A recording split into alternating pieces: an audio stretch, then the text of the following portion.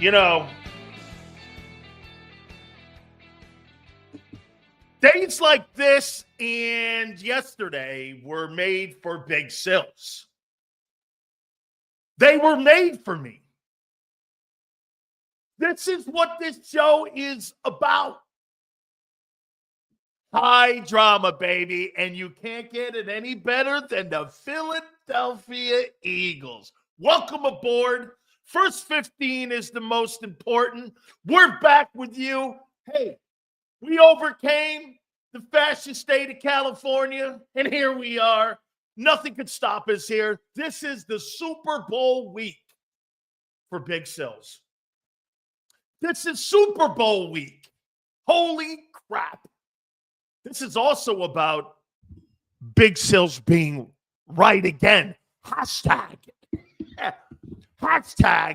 Big Sills right again.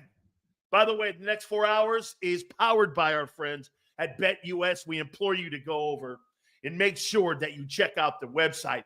All super chats will go to the top. Xander, what I'm starting to love about our guys, and by the way, I got to tell you folks, Sue, everybody, I got to tell you, man, I love our loyalty. Thank you so much. I cannot thank you enough. The most loyal viewers on the planet are on this program. In my 30 years, I've never had more loyal people come to this show and come to something that I'm doing. I can't thank you enough. We're already getting supers before the show even started. Xander, we got to believe a super chat before the show even started. Big Sil's wife let you back in the house. Just kidding. We missed you yesterday for the whole show. But with Xander, he held it down for you, my friend. He sure did. He did a hell of a job, and he's becoming even a bigger star when it comes to covering football and the Philadelphia Eagles. If we don't have any more, we're going to continue. We're going to start this bad puppy up. Make sure, please, you hit that like button.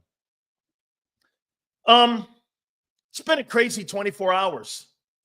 I told you, don't believe anything after the fact. By the way, Angelo Cataldi will join us at 3:30. 3:30, he will join us, and for the first time, give us his spin. You know, everybody's afraid to put Angelo on. Not us. The Eagles don't want Angelo anywhere near this story. We're putting him on at 3:30. Jeff DeBone, the Hummer looked cozy. Yes. Yes. I love my Hummer, man. Can I say that, Sue, on the platform here? Is that cool? Right?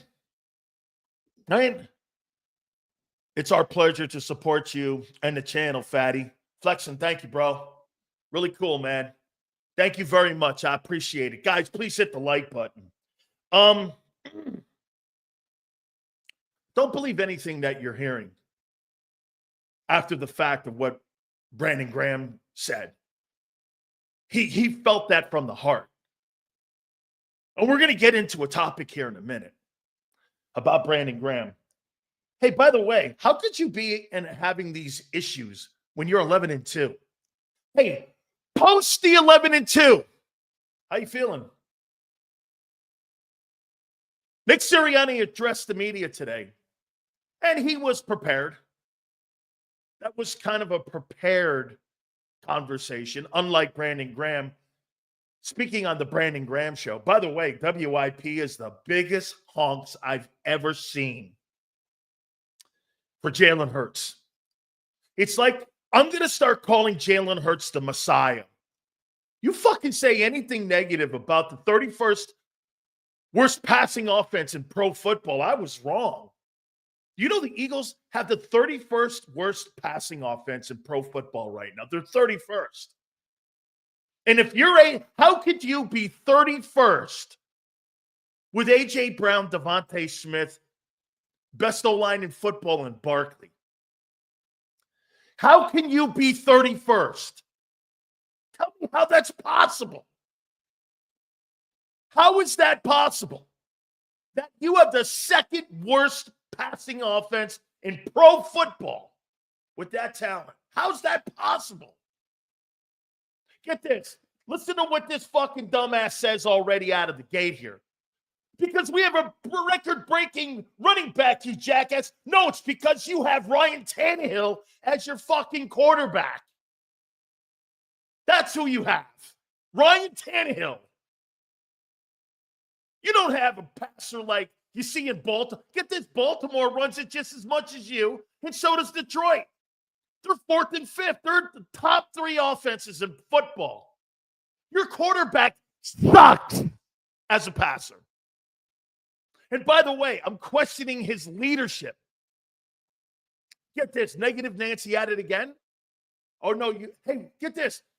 Here's Nick trying to spin something that he thinks is nothing wrong.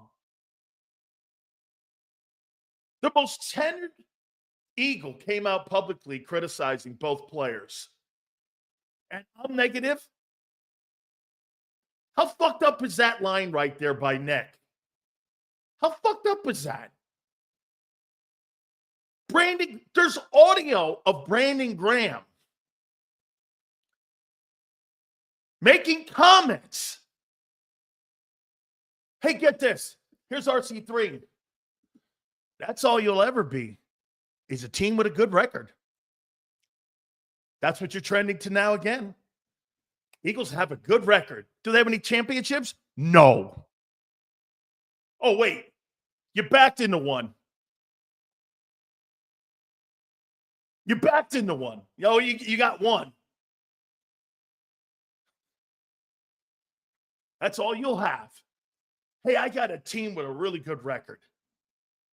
Hey, RC, that's all you can say. Under the Nick Sirianni era right now, all you can say is you have a really good record. You have nothing else. You have nothing else. Nothing. Zero. But according to Nick, hey, get this. Here, let me show you how absurd this is. What does your bullshit in Philly have to do with me? About me having Super Bowls or not? It's called Ryan deflecting the bullshit on your team. You sound like Nick Sirianni. You sound like Nick Sirianni.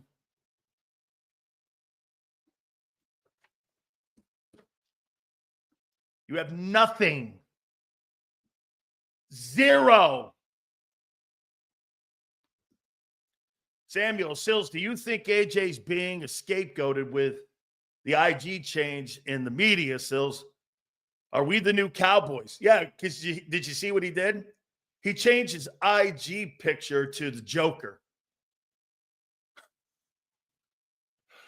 By the way, guys, Xander, did I not tell you he would have a problem with this offense? Come on. Come on. Come on. Come on. Come on. Hey, come on. Did I not tell you he would have a meltdown with this offense? I don't blame him in a way. Did I not tell you he'd have a meltdown? Did I not tell you that? That he would have a meltdown over this? That this would eventually come to a head? And this would end up blowing up for A.J. Owens. By the way, everybody's culpable in this thing and how this thing's been handled. But then again, the Eagles are notorious for handling things like this wrong. They're notorious for this.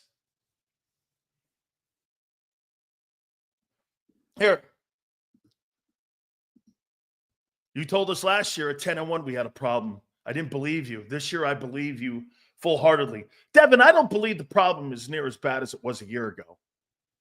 Because I think the coordinators in the building, Kellen Moore and Vic Fangio, are not going to let the ship sink like that. And for the record, we're going to get to we got a bunch of topics here today. Okay? Is AJ wrong? Kind of, but not really. I know I hate those kind of answers. Please hit the like button. Give us a total where we are in our likes. We're trying to get past 150. That's what our goal should be every day. By the way, supers all go to the top. Do you have a problem as big as 23? No. It's not as big as 23. But what you do have is that you have internal issues again. Can I tell you what I think I see? These guys can't share the wealth. And what I mean by that is the fame. AJ's ego, Hurts' ego. Barkley's the only guy in the building. Barkley is never going to touch that 2105. You know why? He's going to be the leader in the clubhouse. Because you know what he's going to do? No. That record will cause more dividing in the locker room if he gets that record. The worst thing that can happen for the Eagles is if Saquon Barkley breaks Eric Dickerson's record. You know why? You'll have a crying. You know what record wanted to be broken this year? Megatron's record by AJ. That is what everyone was saying. Xander thought the kid would throw for 4,600 yards this year, 40 touchdowns. AJ would have near $2,000. That's the record they were talking more about. And by the way, that's the money you spent. Jealousy's a bitch. This is jealousy amongst great players. This is jealousy. That's all it is. You're fucking, hey, teams that suck talk like this. Not teams that are championship caliber teams. Championship caliber teams don't act like this. Who gets the fame? What do you care? Hey, guys, do me a favor. All of you 11-2 people, post away. You're right in this conversation. You're 11-2. Act like it. Act like it. You're 11-2. Act like it. Why are you being so petty? Jealousy's a bitch. And it doesn't matter how much you make or who you are. Hey, Sills, is Sirianni have the balls to cut bait with AJ like Andy did with T.O.? Because it seems another house burned down is not how, but when. It's not now, but when. Hey, Ace, I swear to you, I'm going to get out of the open here in a minute. Dude, what are you fucking talking about here? You're 11-2. Okay? It's jealousy. Jealousy. Targets are, when you're bringing up targets, that's jealousy. Hey, like you said, get this. Xander 2 weeks ago made a comment about the offense. Could you win a Super Bowl like this? No, now you can't. Because you have too many people that are bitching about it. Imagine that. They're bitching about the style of play. Xander said this. Hey, you can win a Super Bowl like this. They don't want to win one like this. Doesn't matter what it looks like or what you're doing. No matter how successful you are. You know they're going to make a priority now to throw the ball against Pittsburgh. We're going to look at Pittsburgh kind of mirrors who you are. They kind of mirror what you are. This is all jealousy that gets in the way of great success. Dude, let me ask you this. Guys, did jealousy get in the way of Carson Wentz? I wasn't here for that. Did jealousy get in the way with Carson Wentz and Nick Foles and how people perceived him and Nick? Was that a jealousy thing? Why would AJ be jealous of Barkley? AJ said he's MVP. Yeah, and then turns around and fucking bitches about fucking the passing offense. This guy, Nick, man, you'll make an excuse up for anybody, bro. He don't mean that. You really think he means that? After bitching and causing a fiasco, now he changes his IG to the Joker Nick will fucking believe anything on the planet the Eagles put out. Hey, Nick, go ahead, dog. There's really no debating you anymore because you'll believe anything these guys say. Okay, you'll believe anything. So let me ask you that. Hey, what was that whole thing with Wentz and Foles over jealousy?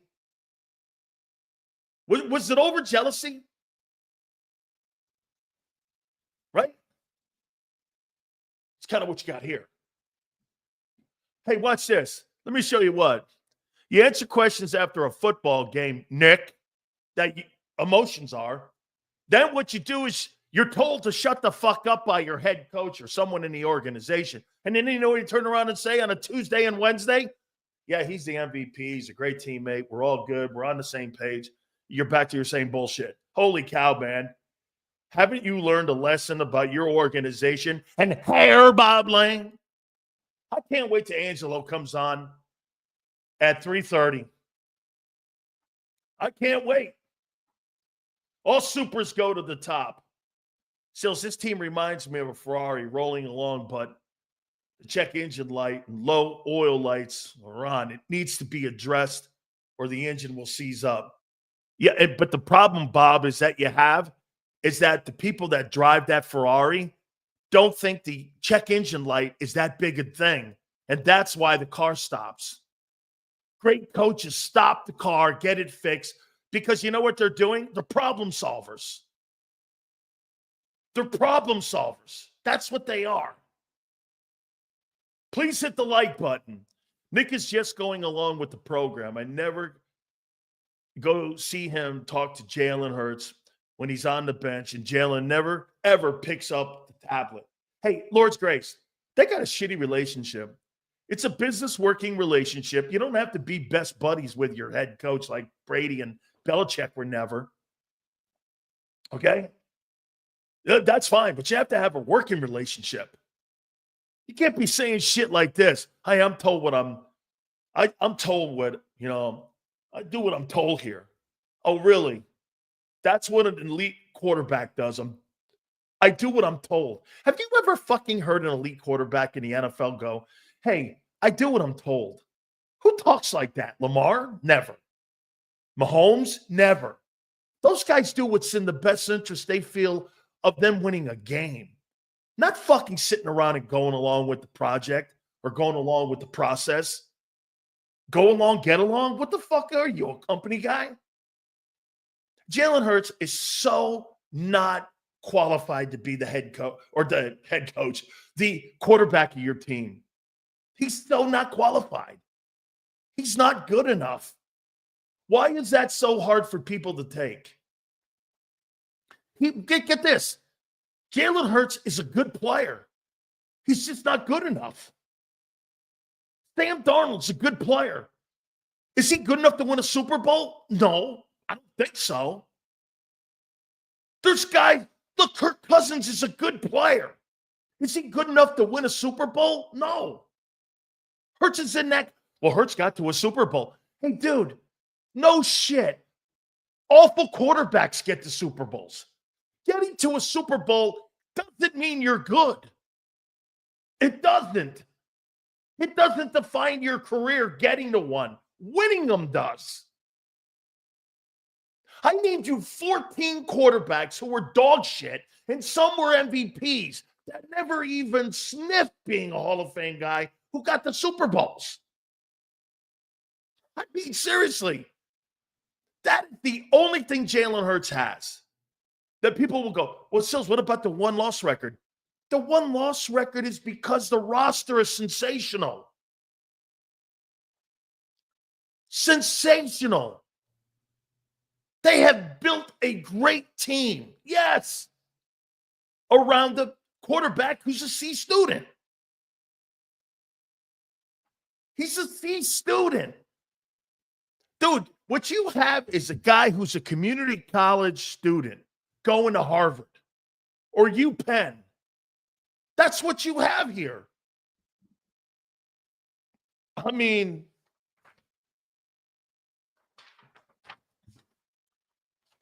I'm not sure what else to say here with this. Guy's the community college student going to UPenn. That's who Hurts is in your offense. You're 31st. Hold on for a minute. I gotta double check that shit just to be sure on this. Hold on here. Are the Eagles really the 31st ranked passing offense in pro football? With hey, get this. It's one thing to have the 31st ranked offense passing-wise in the league when you don't have A.J. Brown and Devontae Smith. It's another thing when you have all these components and the only team that's worse than you is the Patriots. Look at these. Look at this. 1, 2, 3, 4, 5, 6. Looking at these 7 passing offenses in football, the Patriots have the first pick in the draft. They're 32nd. The Eagles are 31st. The Titans are 30th. The Bears are 29th. The Giants are 28th. Are you kidding me? The Carolina, wait a minute. Who's quarterbacking right now? The Giants. The Giants have a better passing offense than the Eagles do? They just might get rid of AJ halfway through next season because of Jalen, then realize without AJ, they're the Giants. Dude, I'm not getting rid of AJ Brown. I would get rid of Hurts, but I can't get rid of Hurts because you gave Hurts a no-trade clause, and you're married to that stiff for the next 2-3 years. You can't get off that dude. Getting rid of AJ, how's that help? How's that help? Holy cow. Awful, awful. You're never going to win a Super Bowl with that discrepancy. Hey, and let me ask you one more time. Why are you paying for those wideouts? Why are you paying for them? So Brandon Graham is saying, and by the way, so Jalen's complaining about what? What is he fucking complaining about? Play calling again? Dude.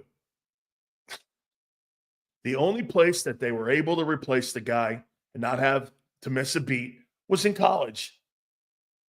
Get this. Saban knew that he could. He's the same guy he was at Alabama. This is the same stuff that got him benched. Nothing's changed. He's a better player, but nothing's changed in his fundamentals and his skill set. He's the same guy. Xander Krause was there. You know why they replaced him? He didn't know where to go with the ball. Tua did. And they won more. You know why? That's the only place you can replace him. You can have 5-star quarterbacks in college, 5 deep. You can't have that in the pros, paying $350 million quarterbacks. You can't have that. You can't. I've been telling you since day one, this guy's not good enough. And you fought me, and you still fight me, some of you. All the Jalen Hurts people are now starting to go like this. Damn. Really? He can't be right on this. He's 40-something and whatever, 19. He can't be. That's not him. That's the roster. By the way, Barkley improved the game and the offense this year, not the quarterback. It was the running back that improved it. Hey, get this. Josh Jacobs has improved the Packer passing game. Aaron Jones has improved the Minnesota passing game. Okay? Derrick Henry has improved the Baltimore passing game. How come that ain't working in Philly? How come that's not working in Philly? Get this. We're still winning. No, you're not. That team's not a championship football team. That team's a one-dimensional, predictable team that will get knocked off in the playoffs. Could be by Minnesota. You're going to go, Minnesota. Yeah, well, Minnesota at least does things. They got a really great defense. They've given up one less point than you have. And they got a great coordinator, and they got a hell of a play calling coach outside of your guy. And they got a really great running game. That's the kind of team that beats you. Don't turn the ball over, they beat you. Dude, if Baker Mayfield can fucking beat you, Sam Darnold can beat you. You're making it sound like you beat elite teams in the playoffs. Who? Christian McCaffrey and Dimes Jones. Who the fuck else you beaten in the playoffs? Let me know. Oh, a 47-year-old Brady. Got it. Jalen is an average quarterback. He is. He still can't process defenses quick enough, mixed with being short and having a huge O-line to block his vision. Until it's too late and cover corners on slant patterns, he can't see them. That's why you're right. AJ's wide open, waving his hands on them slants, and he can't see it, Brandon. Absolutely. Thank you for the super. I appreciate that. All supers go to the top. Please hit the like button. Okay, we know the problem now. How do we fix it? Fix it? What the fuck are you talking about fixing it? Jameson, fix what? Here, this is what I would do. I'd run more RPOs. I would make sure that I'd make sure we win first and second down by running the ball. I'd get away from whatever you're doing, scripting those plays in the first 25. I'd get away from that because it's not working and hasn't worked all year. You got 2 field goals. That's the stuff that the quarterback picks out himself on plays he thinks would work against teams. They try executing it, he fails. Run more RPOs. I don't know. Can't throw the ball more. You can't throw the ball more. You got to throw it less. Let's get to a topic. Please hit the like button. Guys, tell me where we are in the likes. I appreciate you guys. Thank you so much, man. All right. No, fucking Howie's done a nice job building that roster. This is not on Howie. This is not on Howie. No way. This is not on Howie. Let's go here. Let me get to the super here. Hurts going to find Seals and give him a Philly special. Dude, if that led to him fucking being a better quarterback, have at it. Your guy sucks. Okay? Look at this here. Look at this. Brandon Graham brought this up and put it out publicly. But he's saying, all you people on here letting this guy bring all the negativity are front runners. You're not real fans. He always brings up the negatives, never positives. He thinks this week's been positive. What's the positive? You're 31st in passing. The team has finally had enough. The leader of the team had enough. But Chris wants to sit around waving pom-poms, blowing people. Okay, Chris. There's a station in Philly that you can suck those guys off. It's called WHIP. Whip it. Go ahead. No problem. Negativity? We're trying to win Super Bowls here. Try acting like one.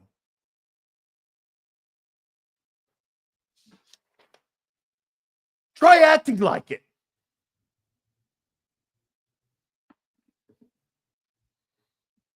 Okay?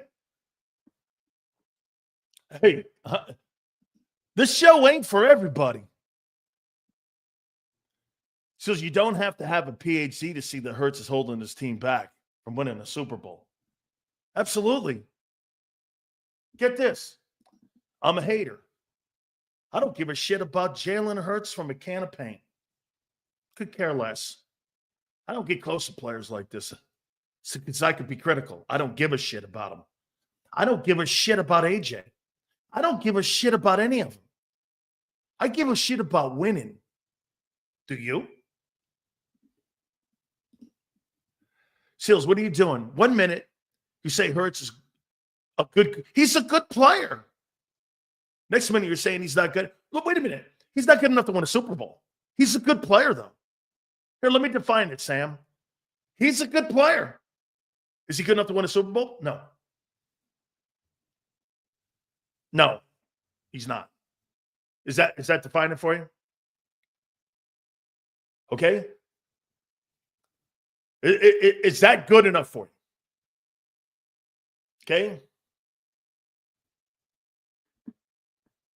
I saw a little bit of that. I saw a little bit of that, Forrest. Okay. Supers go to the top. Please hit the like button. Jalen Hurts needs to be a leader. It's always, I do what I'm told. Another BS. I never heard him say, I need to throw better and read better defenses, and it has to start with me. Correct. This guy's a deflector. He's not a very good leader. Problem is not the play calling. Problem is Hurts not knowing how to read defense is causing his unwillingness to throw the deep or across the middle. Thank you, Wayne. Appreciate it. 146 likes. Let's get that bad puppy up. I'm going to spread this bad puppy here. Big Sills was held down a little bit yesterday. This is the Super Bowl of doing this. I told you, man. Hashtag I'm right. Can you win with this mentality? Not this style. Can you win with this mentality? No. You're 11-2, and you act like you're 2-11. Bitching publicly about one another on who gets the fame? You don't think's a problem. Hey, look at Eagle fan. Eagle fan. 9-game winning streak. What's the problem? What's the problem?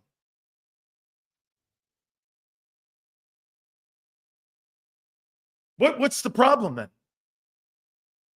Eagle fan. What's the problem? 9-game winning streak. You're 11-2. You're probably the front runner to win the East. Hey, Chris. I'm not the biggest Jalen Hurts fan, but he's good enough to win a Super Bowl. It's egregious to say that. He was just in one. So what? So was Jimmy Garoppolo. So was Brock Purdy. He lost because of our defense was terrible. Your defense was third in the league. You lost because you played against a better quarterback and play calling head coach. That's why you lost. He had a really good performance in it. He hasn't had a game like that since. Hey, Chris, Brock Purdy took the Kansas City Chiefs to a fifth quarter. Would you consider him an elite guy in the league? Or would you consider him a really good player? Donovan McNabb got to a Super Bowl. Jake Delhomme got to a Super Bowl. Colin Kaepernick got to a Super Bowl. I mean, Jeff Hostetler got to a Super Bowl. Trent Dilfer got to one. A backup quarterback in Nick Foles got to one. What are you talking about?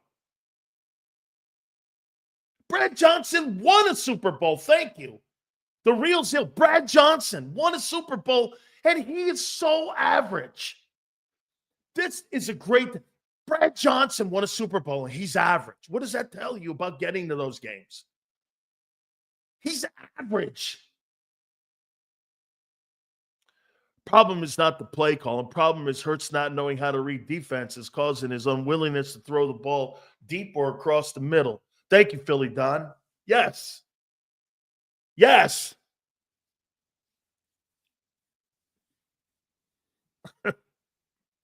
All right. I want to get to a topic here. Please hit that like button.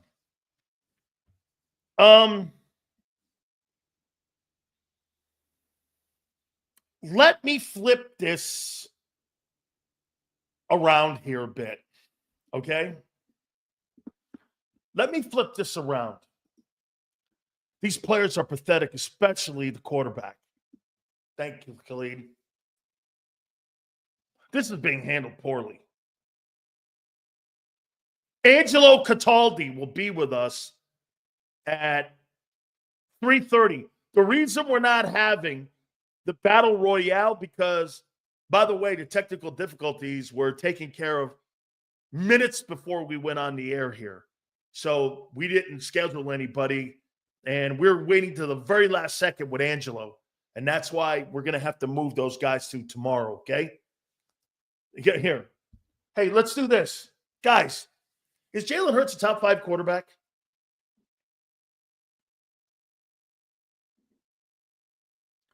Spit just said Hurts is a top 5 quarterback.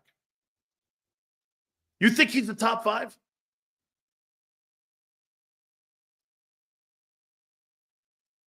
Top 5. With the 31st ranked passing offense. By the way, let's take a look at this. So, let's see something here. Passing. Okay. Total.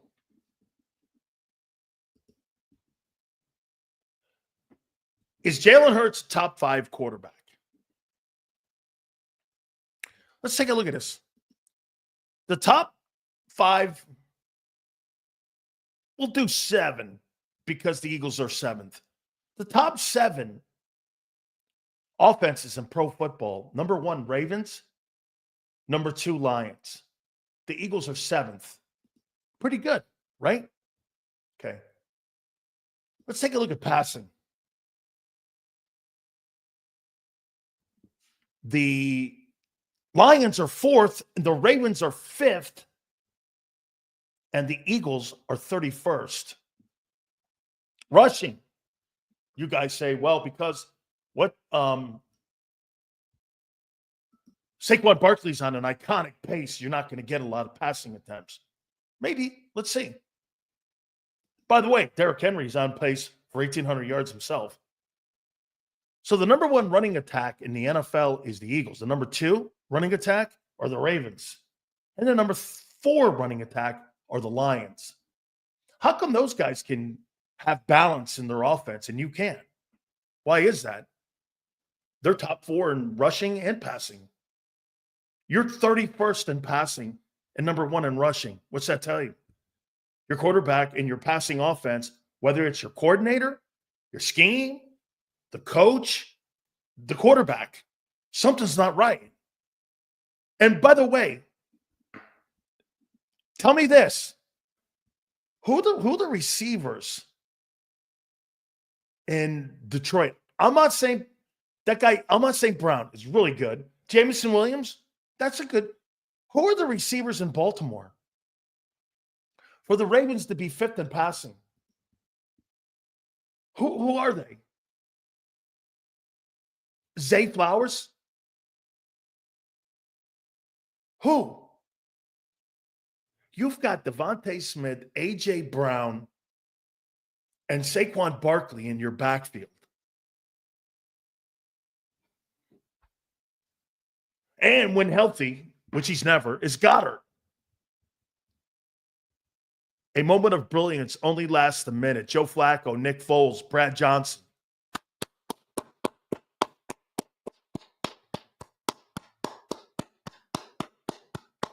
Great take. That's a great take. That's a great take. How can you have, I told you in the preseason, if Jalen didn't get this offense online with all the talent you have, I remember a quote from Xander Krause himself. If Jalen Hurts, I'm paraphrasing this, Xander, so you correct me at 4:30.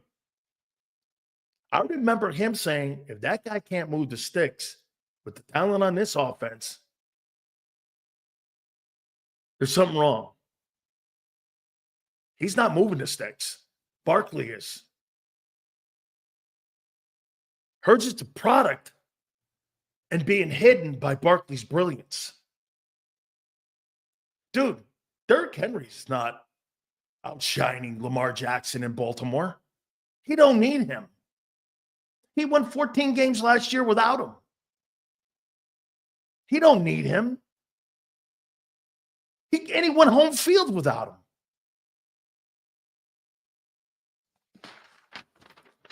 All right. Mike, that's a great take, Mikey. Okay. Let's spin this around here. Please hit the like button. Do me a favor. Give me a total on where we are in the likes. Angelo Cataldi will be with us at 3:30, and Xander's going to jump aboard with us at 4:30. Did Brandon Graham do the Eagles a favor by airing out the Jalen Hurts and A.J. Brown issues? Before I comment, I want to hear you. Did Brandon Graham do you guys a favor by airing this out now? Instead of waiting on what happened in 23 before it was too late. Did he do him a favor?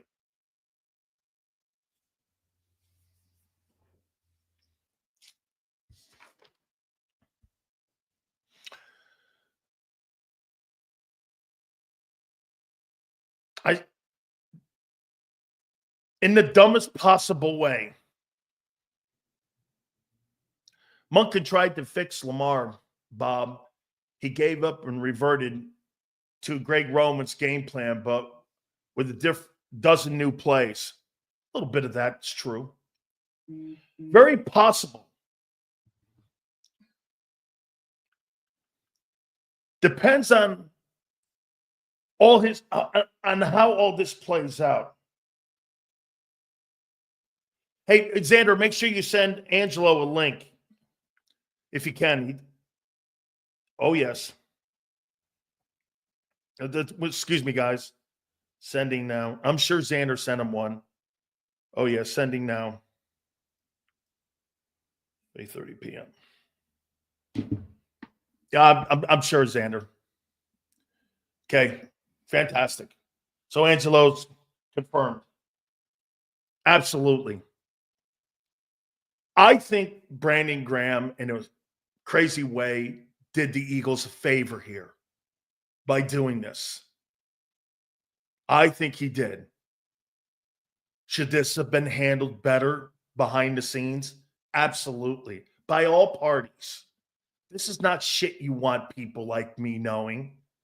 This is not shit that you want out there when you're 11-2. This is stuff that you want behind closed doors. Okay? You want this behind closed doors. So to that extent, I think he fucked up big time. But get it out of the way. If there's a problem, get these guys both on the same page. At the end of the day, do I think A.J. Brown wants to win? And do I think Jalen Hurts wants to win? Yes, I do.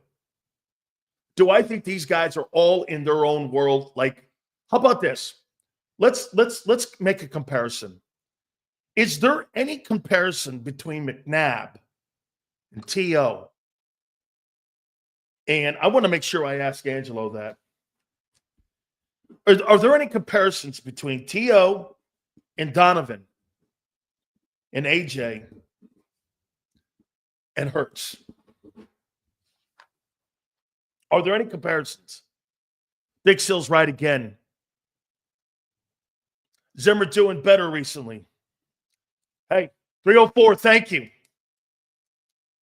Are there any any comparisons between how McNabb handled Owens and how Hurts is handling A.J. Brown?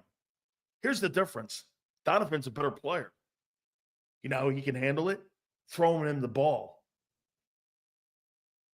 I saw T.O. say he never really liked Donovan McNabb. I don't blame him. Not many people did. But they performed and got to a Super Bowl. Hey, is T.O. the best teammate on the planet? No. But they did get to a Super Bowl. And he performed every time. Hey, let me ask you this. Well, someone says here, their ego. Okay. This is what we're talking about here is ego. You're 11-2. You're 11-2. I see Sam go like this. AJ's a cancer. I don't think so. I don't see he's a cancer.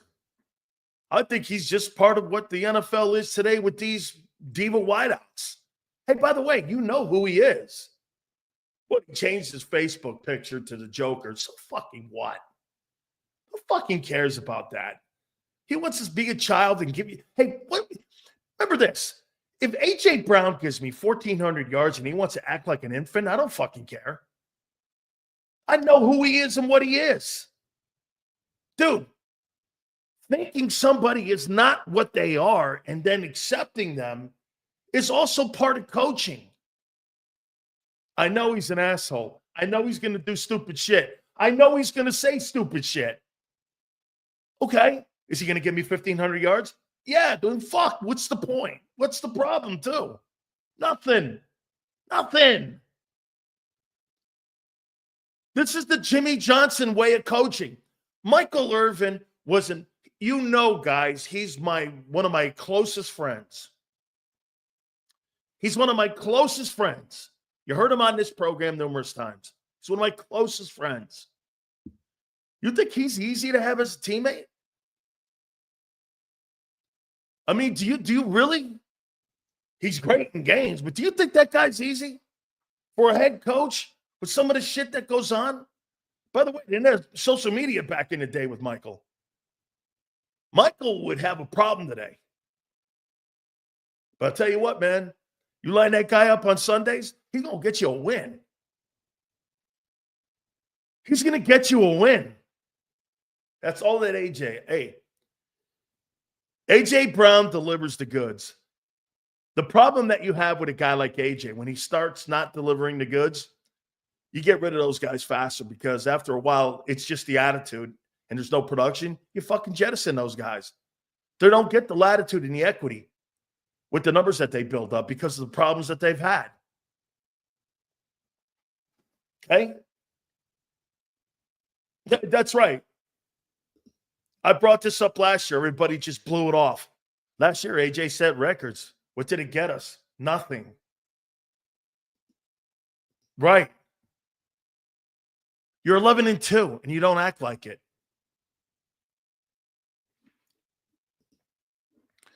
Here's Bob. Hurts has a better temperament than McNabb to handle this type of issue. Hurts will not fuel the fire in social media.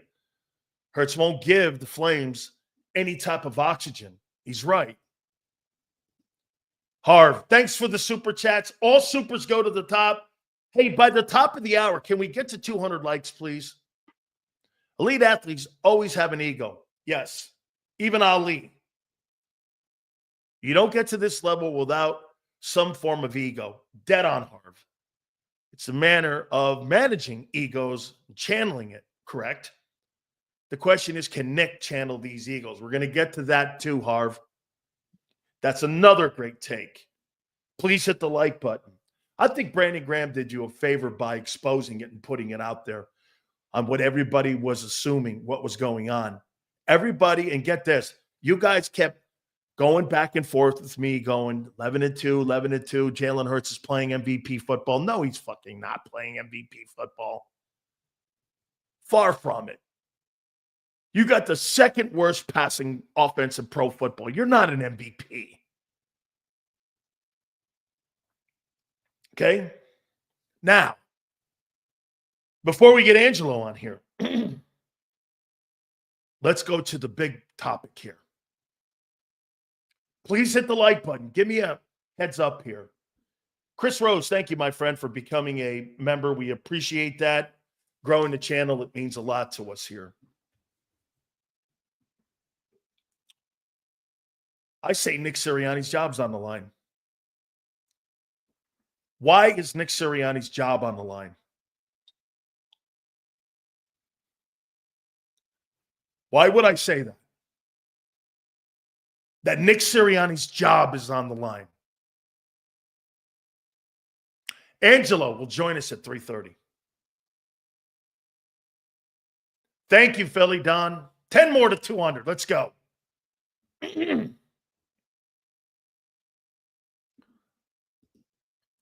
Because nothing is improving. Two different OCs, same results. Do you agree with me that Nick Sirianni's job's on the line here and how he handles this? What if this thing derails for a second year? Do you know how much pressure it is on to win Pittsburgh and beat Pittsburgh? Because you know what people will say. Oh, my God. Because you know why? You gave him a hall pass, kind of, for 23. You overlooked it. Many of you, do you remember the topic that I brought up, even to Xander Krause and all of you guys, all the media people? Remember what the topic was?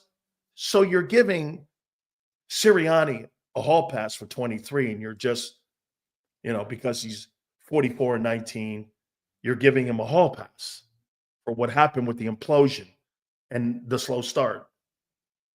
You're giving him the pass, right? Yeah. Yeah. Yeah. I mean, yeah.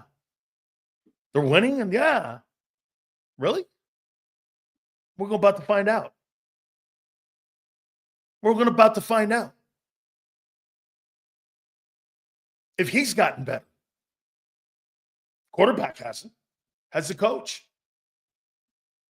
So if we lose in the first round or don't make it to the NFC title, is another OC going to come in and fix the quarterback? How many jobs will Jalen kill? Number one, isn't a leader. Nick failed channeling his ego last year. If he fails again, he's done. Right. Nick Sirianni's ass is on the line here. He can't let this thing go south again. So you're going to tell me this. If you go 15-2, you're 26-8 in 2 years, and you let your fucking football team fall off the planet, and you get bounced in the opening round by Baker Mayfield twice because you couldn't handle the internal issues of your team and egos on an NFL team? Are you really going to go, okay, no problem, I'll give him another pass? You know the pressure that's now on him? On what Brandon Graham did? And what A.J. Brown did? And what Jalen Hurts said? You know the pressure now on that coach's throat? Because they're not going to fire Hurts. No trade. You're married to that guy. You're not getting rid of a guy that averages 1,400 yards and receptions. You're not getting rid of that. You're getting rid of him. You're going to go, wait, Sills is 44-19. Ownership will go like this. Fuck that. I'll get another guy to go 44-19. That's how they look at them. You can fire Andy Reid and Doug Peterson. You can fire anybody. At what point would it take to fire Nick? Getting bounced in the opening round. How about this? Hey, Khalid, let me ask you this. How about if they shit the bed against Pittsburgh? What do you think people are going to say in Philly and around the NFL and in the national media people? What do you think they're going to say? Nick couldn't handle the adversity again? Everybody's a great front runner. I called him a front runner. Remember? I said Nick and the Eagles are front runners. Shit goes sideways. What happens?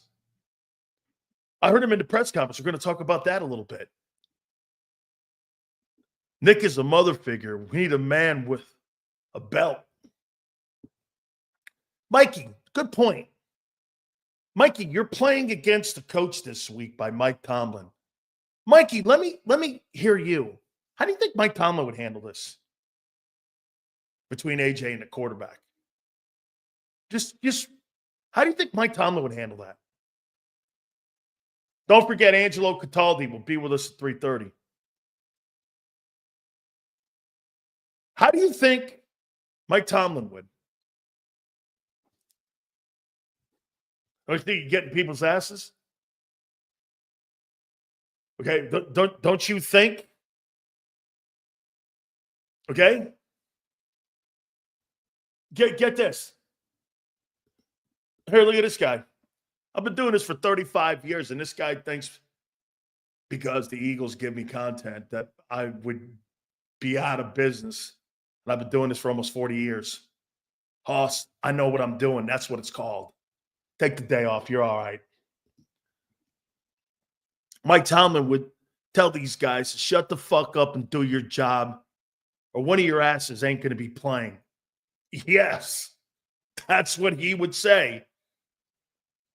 Yes. Yes. Look at this guy, too. Really? Yeah, that's right. Okay, guy. Whatever. Eagle. Wait, stop giving me Eagle Hey, okay, wait a minute. How about this one, Xander? Well, stop giving me the fucking content to blow your fucking team up. Let's see what happens. Just win games. You're 11-2. Act like it. Stop giving me the content. You give me the fuel every day. Easy. When you self-implode, it's easy when you implode on yourselves and you shit the bed. Can I tell you what's more disappointing than the Dallas Cowboys on what the Eagles are in right now? You got everything in front of you and you have everything to win a Super Bowl, but you fucking refuse to. The Cowboys are 5 years from being competitive on a Super Bowl. You're at the doorstep, and here's what you do. You bitch about targets, and you're complaining about play calling.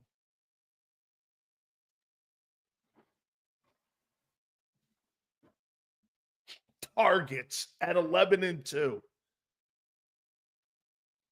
This is why Kansas City doesn't have diva wideouts. They don't care about it. They don't want any of that shit around Mahomes. That's why they don't want it around Allen either. Remember what Stephon Diggs did? Hey, by the way, I don't really think A.J. Brown was over the top. I've seen other wide receivers go completely nuclear. Mike had a diva in Antonio Brown, and he got rid of him.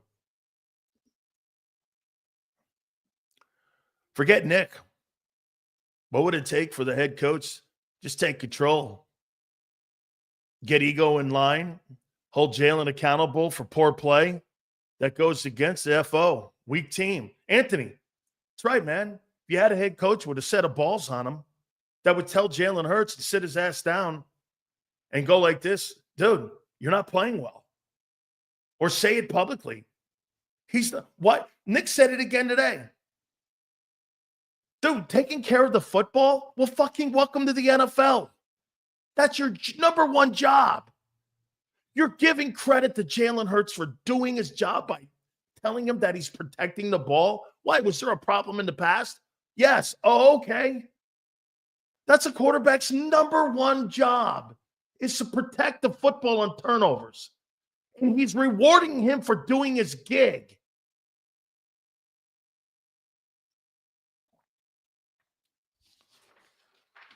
Nick Sirianni's job's on the line.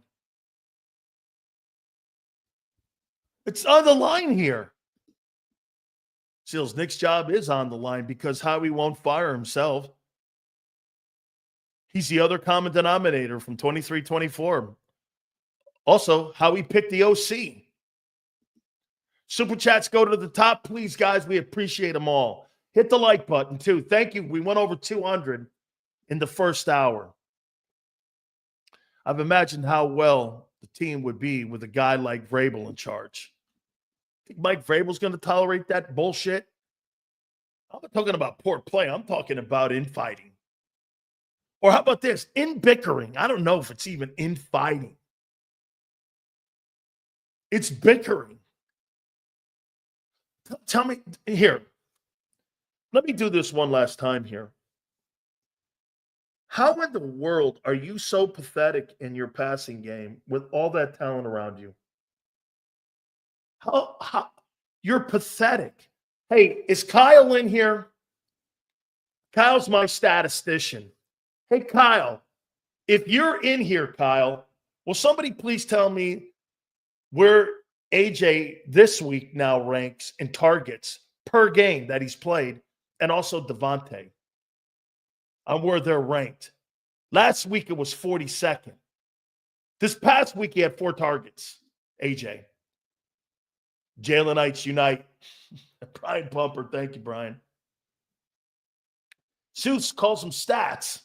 I call them trends. Hey, let me ask you something, Sue. If somebody does something repetitively and you come up with an analytical number, are those statistics, or do you base your game plan when you're an opposing team on how many targets somebody goes to you? Isn't that what the Eagles do on a daily basis? AJ's now 45th. Is that right, Pat? I'd like to know what Devontae is. Herd Avengers assemble. To the rescue.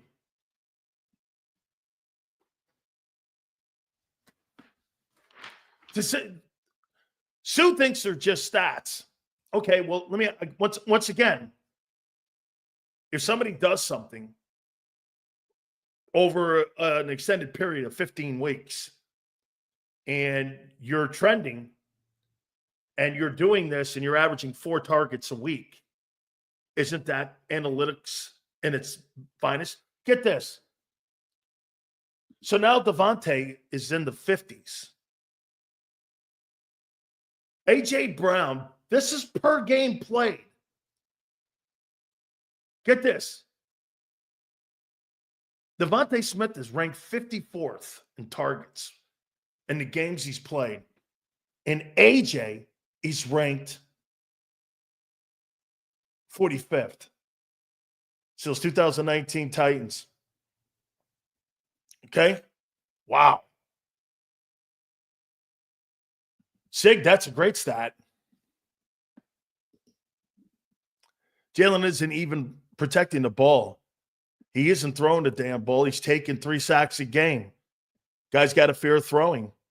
How do we have a hard-ass DC, but a bitch of a head coach? Great balance there. Mikey. Dude, he's not throwing turnovers. He's taking sacks instead. That's a crazy stat it was, Xander. By the way, again, Angelo Cataldi at the bottom of the hour. So wait a minute here. You got the 30. Think about what we're saying here. You got the 31st ranked offense, passing-wise. A.J. Brown, per game that he's played, is 54th in targets. No, Devontae's 54th and A.J.'s 45th. And you're paying them $51 million. The only guy that has really turned this season around, there's 2 people. Vic Fangio and Saquon Barkley.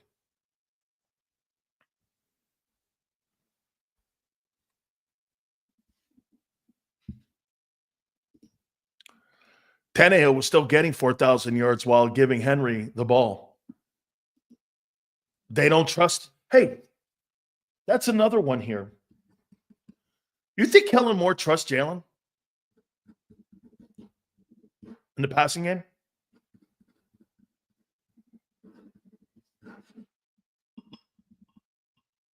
Do you think they trust him?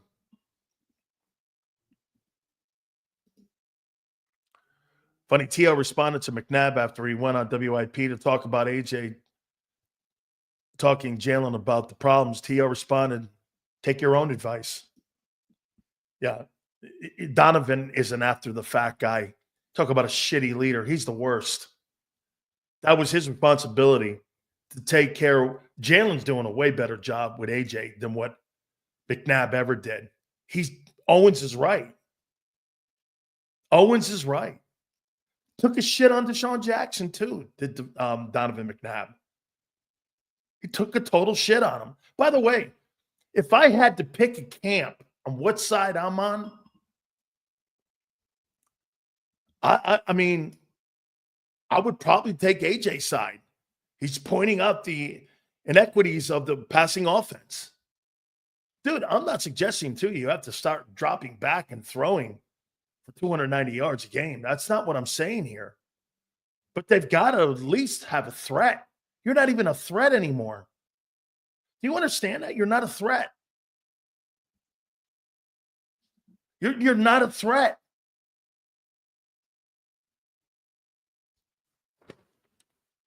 can't dump Hurts. Can't. Okay? You complained earlier this year that they needed to use Saquon. Now you're complaining not throwing enough. I never said don't throw the ball. I knew this would expose Hurts. And it has. Run the ball more.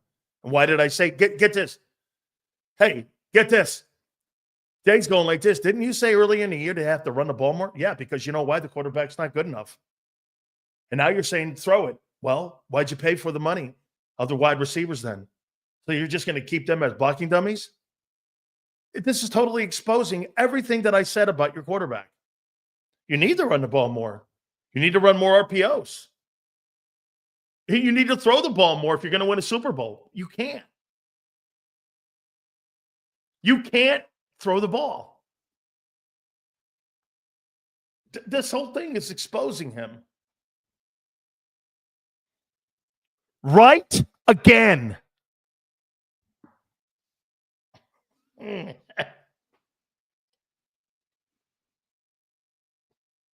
I hate to do it to you, man. I do. I hate to do this shit to you. I hate to be right. Sills, you haven't picked a lot of winners this year. Yeah, I know, but I picked who you guys are, and what he is, who your coach is, and what you'll do this year.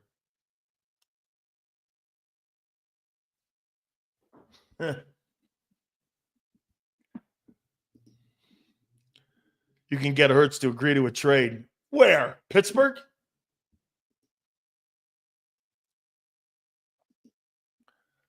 What if Jalen does throw for 100 yards in the Super Bowl and we win? Barkley's the MVP. Congratulations to you. You listened. And you won in spite of him. Sure. I mean, what are you looking for here? Because you guys are under the wedges. Jalen throws for 100 yards in the Super Bowl. Barkley goes for 250. You'll say the guy's the best elite quarterback in the game. And then everybody will look around and you'll go, no, he's not. Dude, nobody thinks that guy's an elite ball player. He's a good player. Nobody's saying he's not. He's a good football player. Is he a great quarterback or is he an elite quarterback? Far from it. Sam Darnold looks better. It's not about attempts. It's about efficiency. And also 304, you know what it's also about? Keeping defenses honest. If I know you're going to go to AJ the entire time and you're not going to go to Devontae anymore, you're surely not going to Goddard anymore. Guy's not even healthy. What am I fearing here? One guy, dude, the slant passes. How are you not throwing 100 of those slants? Like, how are you not throwing 100 of those single covered slants? How are you not just lining up and throw? Dude, I would throw that pass 50 times a game.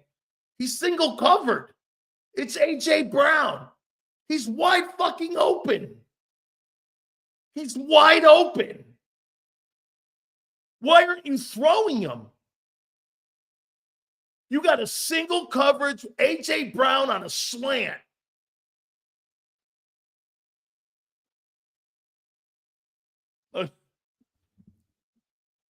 I mean, how are you not throwing that?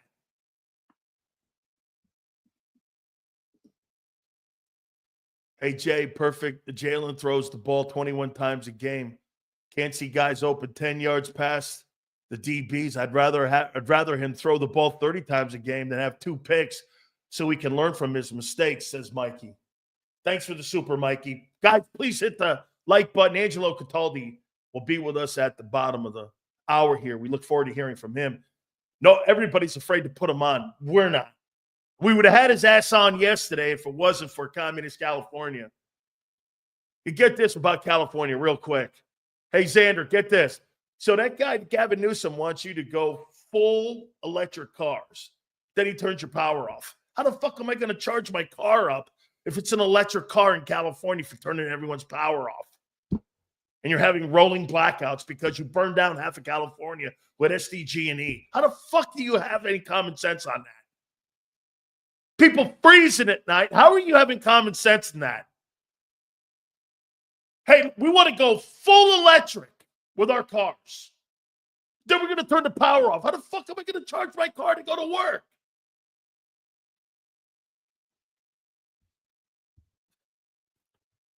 These politicians have no common sense. And they talk to us like we're stupid. Hey, I want to have full electric cars, and we're going to be full emissions with full cars. Don't worry about it. No gas cars in California. Then I shut your power off. I can't charge my car. Well, you got to figure something out.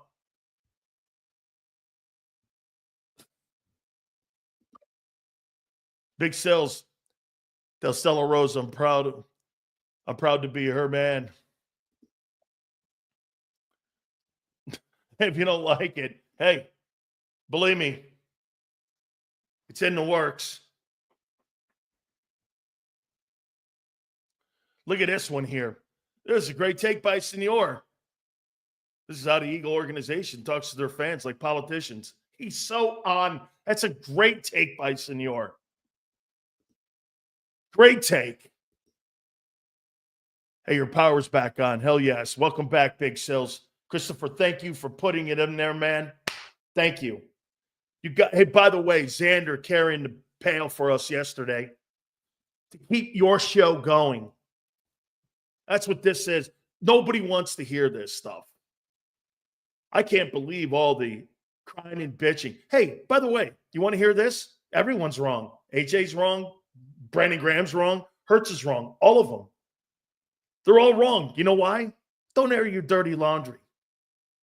You got a problem with a man, go up to his face and tell him, I got a problem with the way you're running this offense. I don't need to change my stupid-ass, weirdo Instagrams to pictures and shit. I'm going to come right to your face and go, I fucking hate the way you're calling these plays. And I go to Kellen Moore and go, where are we going here?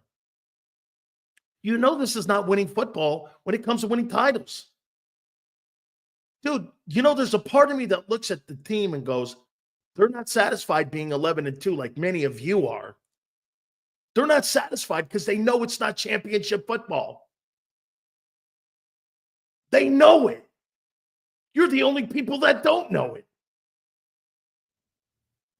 And to me, there's a sense of winning when you hear that. There's a sense of winning. Look at this guy. So Kellen Moore's let me guess. Kellen Moore's a clown. This ain't Kellen Moore's problem. This is Jalen Hurts' problem, execution. How many coordinators are you going to fire, dog? How many fucking coordinators? Well, you realize it's the guy pulling the trigger. I sat and watched all 22 on the last few games. Hurts is missing some reads, but I also see a lot of hands up at the line in his direction. It's incredibly difficult reading and getting a read on his play. He's making some smart decisions too. Christopher, he's not a bad ball player. He's just not good enough to win that game. He's not bad.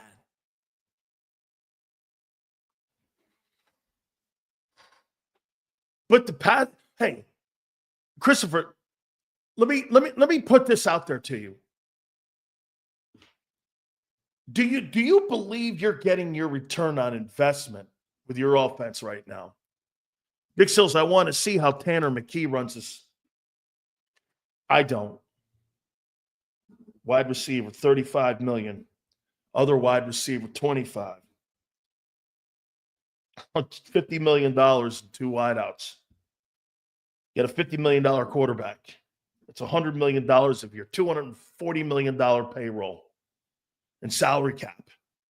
And three men, you're paying $100 million. And your passing game's 31st. Hey, by the way, you see this guy right here? Where is it? 11-2? The guy had 11-2 up. Why? Well, then I can fire AJ and I can fire Devontae, and really I could fire Hurts and still be 11-2, can I? Those guys are a non-factor in the run game. Oh, or Jalen is. Jalen's a factor in the run game. But I'm not paying $50 million for a guy to run the ball. I'm paying $50 million to be a dual threat guy, and he's not. He's terrible. He's a terrible dual threat quarterback this year.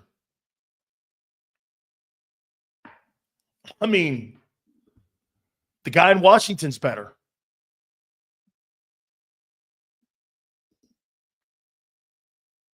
Hey, Xander, I missed a couple supers, James and Christopher, I think. If we can put those up there for us, because we got Angelo coming up. I've let a couple super chats go through. James and Christopher. Big Sills, I want to see how Tanner McGee runs this. Now, I don't want to see that. How is Hurts not good enough, but Nick Foles was? He doesn't have to be a top 10 quarterback to win a Super Bowl. Well, who said he was top 10? Kellen Moore showing you why he got fired back-to-back seasons. I don't care. My favorite A.J. Brown is back. Throw me the ball. Hey, James, how about this? I told you Kellen Moore was the wrong hire at the beginning of the year. No one wanted to believe me. I said Kellen Moore was the wrong offensive coordinator. How are you going to hire a guy who's never dealt with a dual threat quarterback? And it's playing out. Did I not say that? I don't think Hurts is the problem.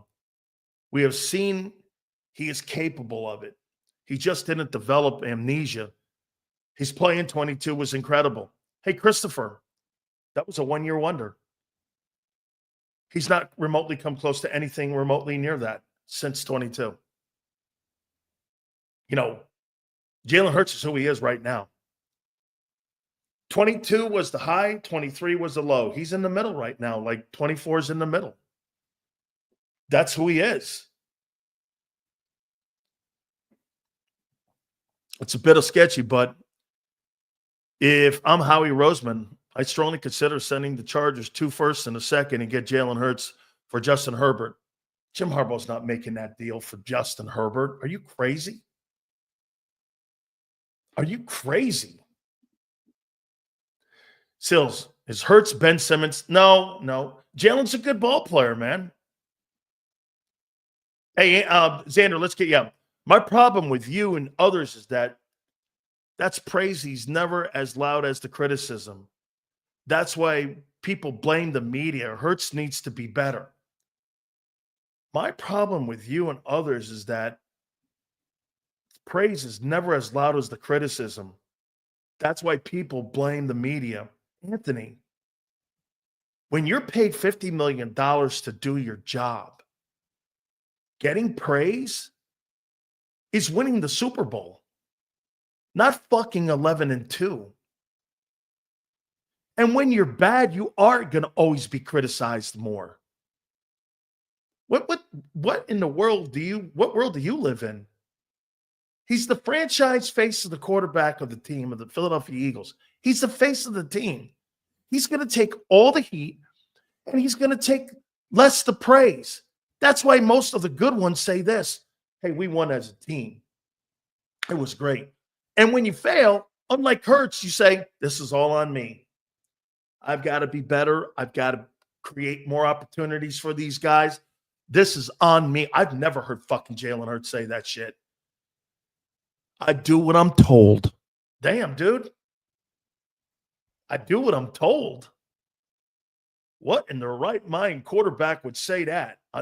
Hey, I do what I'm told?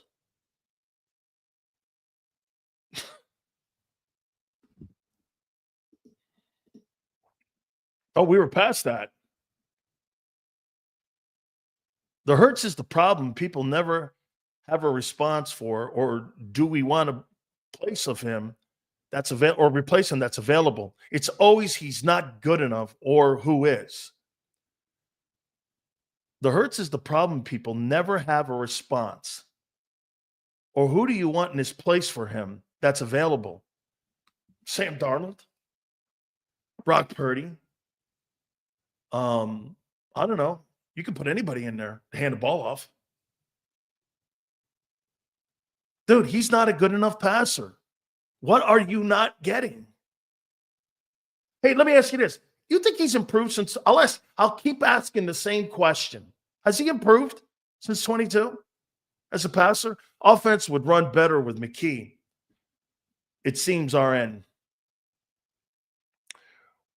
We settle. Nick was supposed to be an offensive guy, and he isn't. Jalen's supposed to be the guy, and he isn't. And everyone wants to be cool with that. And you have a hell of a roster. You're a good team. You're a really good football team. Angelo's going to join us in 7 minutes. Hit the like button. Give me a heads up on where we are in the like number right now. By the way, the 2024 Pittsburgh Steelers. Let me just say this to you guys right now. You guys are going to win this game?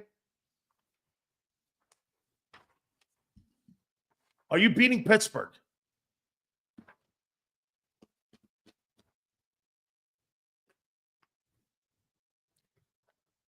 Are you beating Pittsburgh? Okay, let's take a look at Pittsburgh. Thanks, Philly. 239.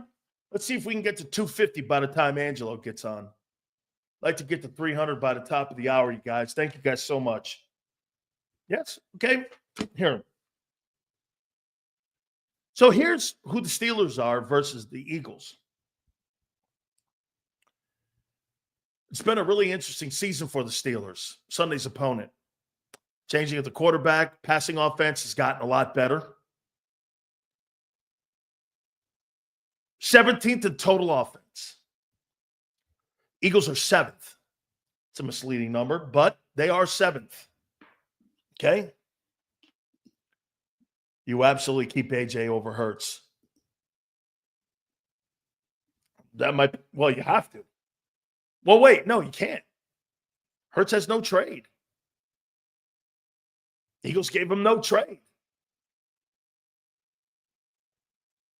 Passing. The Pittsburgh Steelers are 23rd. And the Eagles are 31st. Second worst in football. Rushing. Steelers are 9th. Eagles are 1st. Scoring. Both teams are 9th in scoring. Russell Wilson has improved the offense since he's been put in there.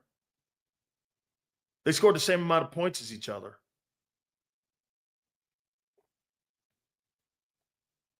Red zone. They're 28th. Eagles are 9th, all because of running the ball. Khalid, these teams got to stop doing these no-trade deals. Let's go to defense before we get Angelo on.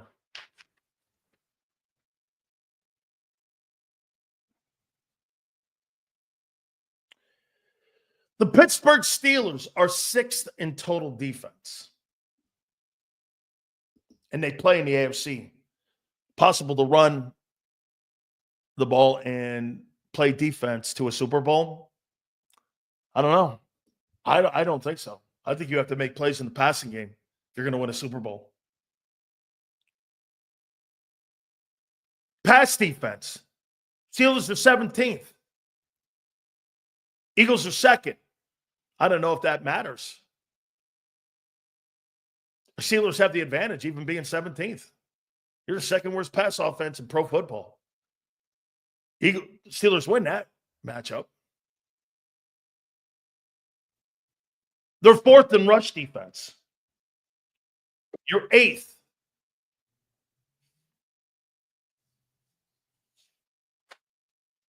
Let me ask you something here one more time. Before we get Angelo on here, I could not wait. Apologize for yesterday. And believe me, nobody wants to hear what Angelo has to say because I guarantee I already have an idea of what he's going to say. There's a couple things here. Nick Sirianni's ass is on the line now. You let that thing implode for a second year in a row, guess what? Wolves at the gate. On top of that, Maybe Brandon Graham did him a favor. Somebody actually stepped out and went, hey, should this have been handled behind the scenes? Absolutely. Everybody's kind of at fault here with it. But still, instead of allowing it to manifest and go through the tape, and before you know it, you're in trouble and you're in a nuclear. If you lose to Pittsburgh, Nick Sirianni's ass on Monday in Philly, holy shit. Are you crazy? This game with Pittsburgh is the Nick Sirianni game. How is that ass clown going to handle this internal issue? By the way, the Pats offense is 31st.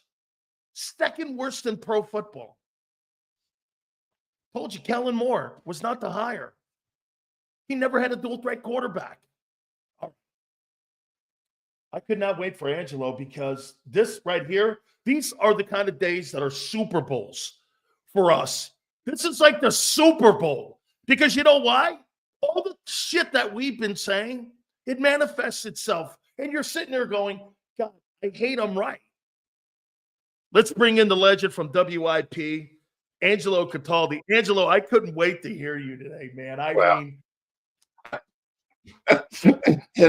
Dan, people say, what do you love so much about Philadelphia? And here's what I love. What team in any sport could have a 9-game winning streak, be 11-2, and have panic in the streets? I kept telling everybody, Angelo, I kept telling everybody today, I went like this. You're 11-2. You're complaining about targets. You're bitching about this. You're bitching about that. You're probably going to get home field advantage. What's the problem? I'm missing this. And then you got a head coach going, hey, I talked to these guys. We're all good on the same page. And I was like this, my God almighty, you know you're lying. Hair Bob Lane got to you. I'm like, holy cow. I mean, Angelo, please, just give me your synopsis on how you've seen these last 48 hours. Okay. I'm going to go.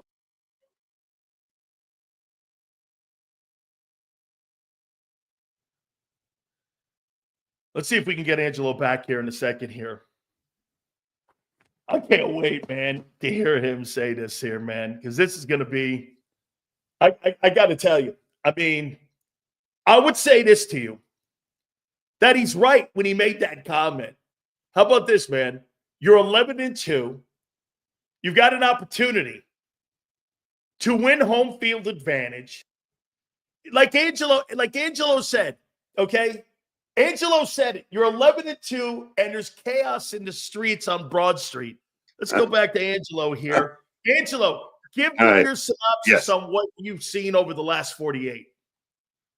All right, I'll start today, all right?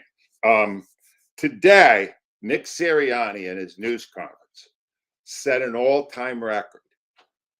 Word for word, pile of bullshit any coach has ever said in Philadelphia history. There wasn't a word of it that was true, and he knew it. And the irony of the whole situation is the one guy who's under fire is Brandon Graham for doing the unthinkable in Nick Sirianni's carefully, hermetically sealed world, telling the truth. How dare he? Here's the real story. I've actually talked to a few people about this. So Graham, who lives right near Hurts now, right? They're neighbors. They talk a lot more, even though Graham isn't playing anymore. So he's highly privy to the fact that down in the middle of a 9-winning streak is very, very unhappy because he's not getting the ball enough, right? So he makes the mistake. Actually on his own show Monday night saying, yeah, they're not doing well together right now. Totally true. Totally true. And not at all surprising because A.J. Brown had a tantrum on the sideline in the first half Sunday. So we know it's true. And then what happened was, then it spiraled.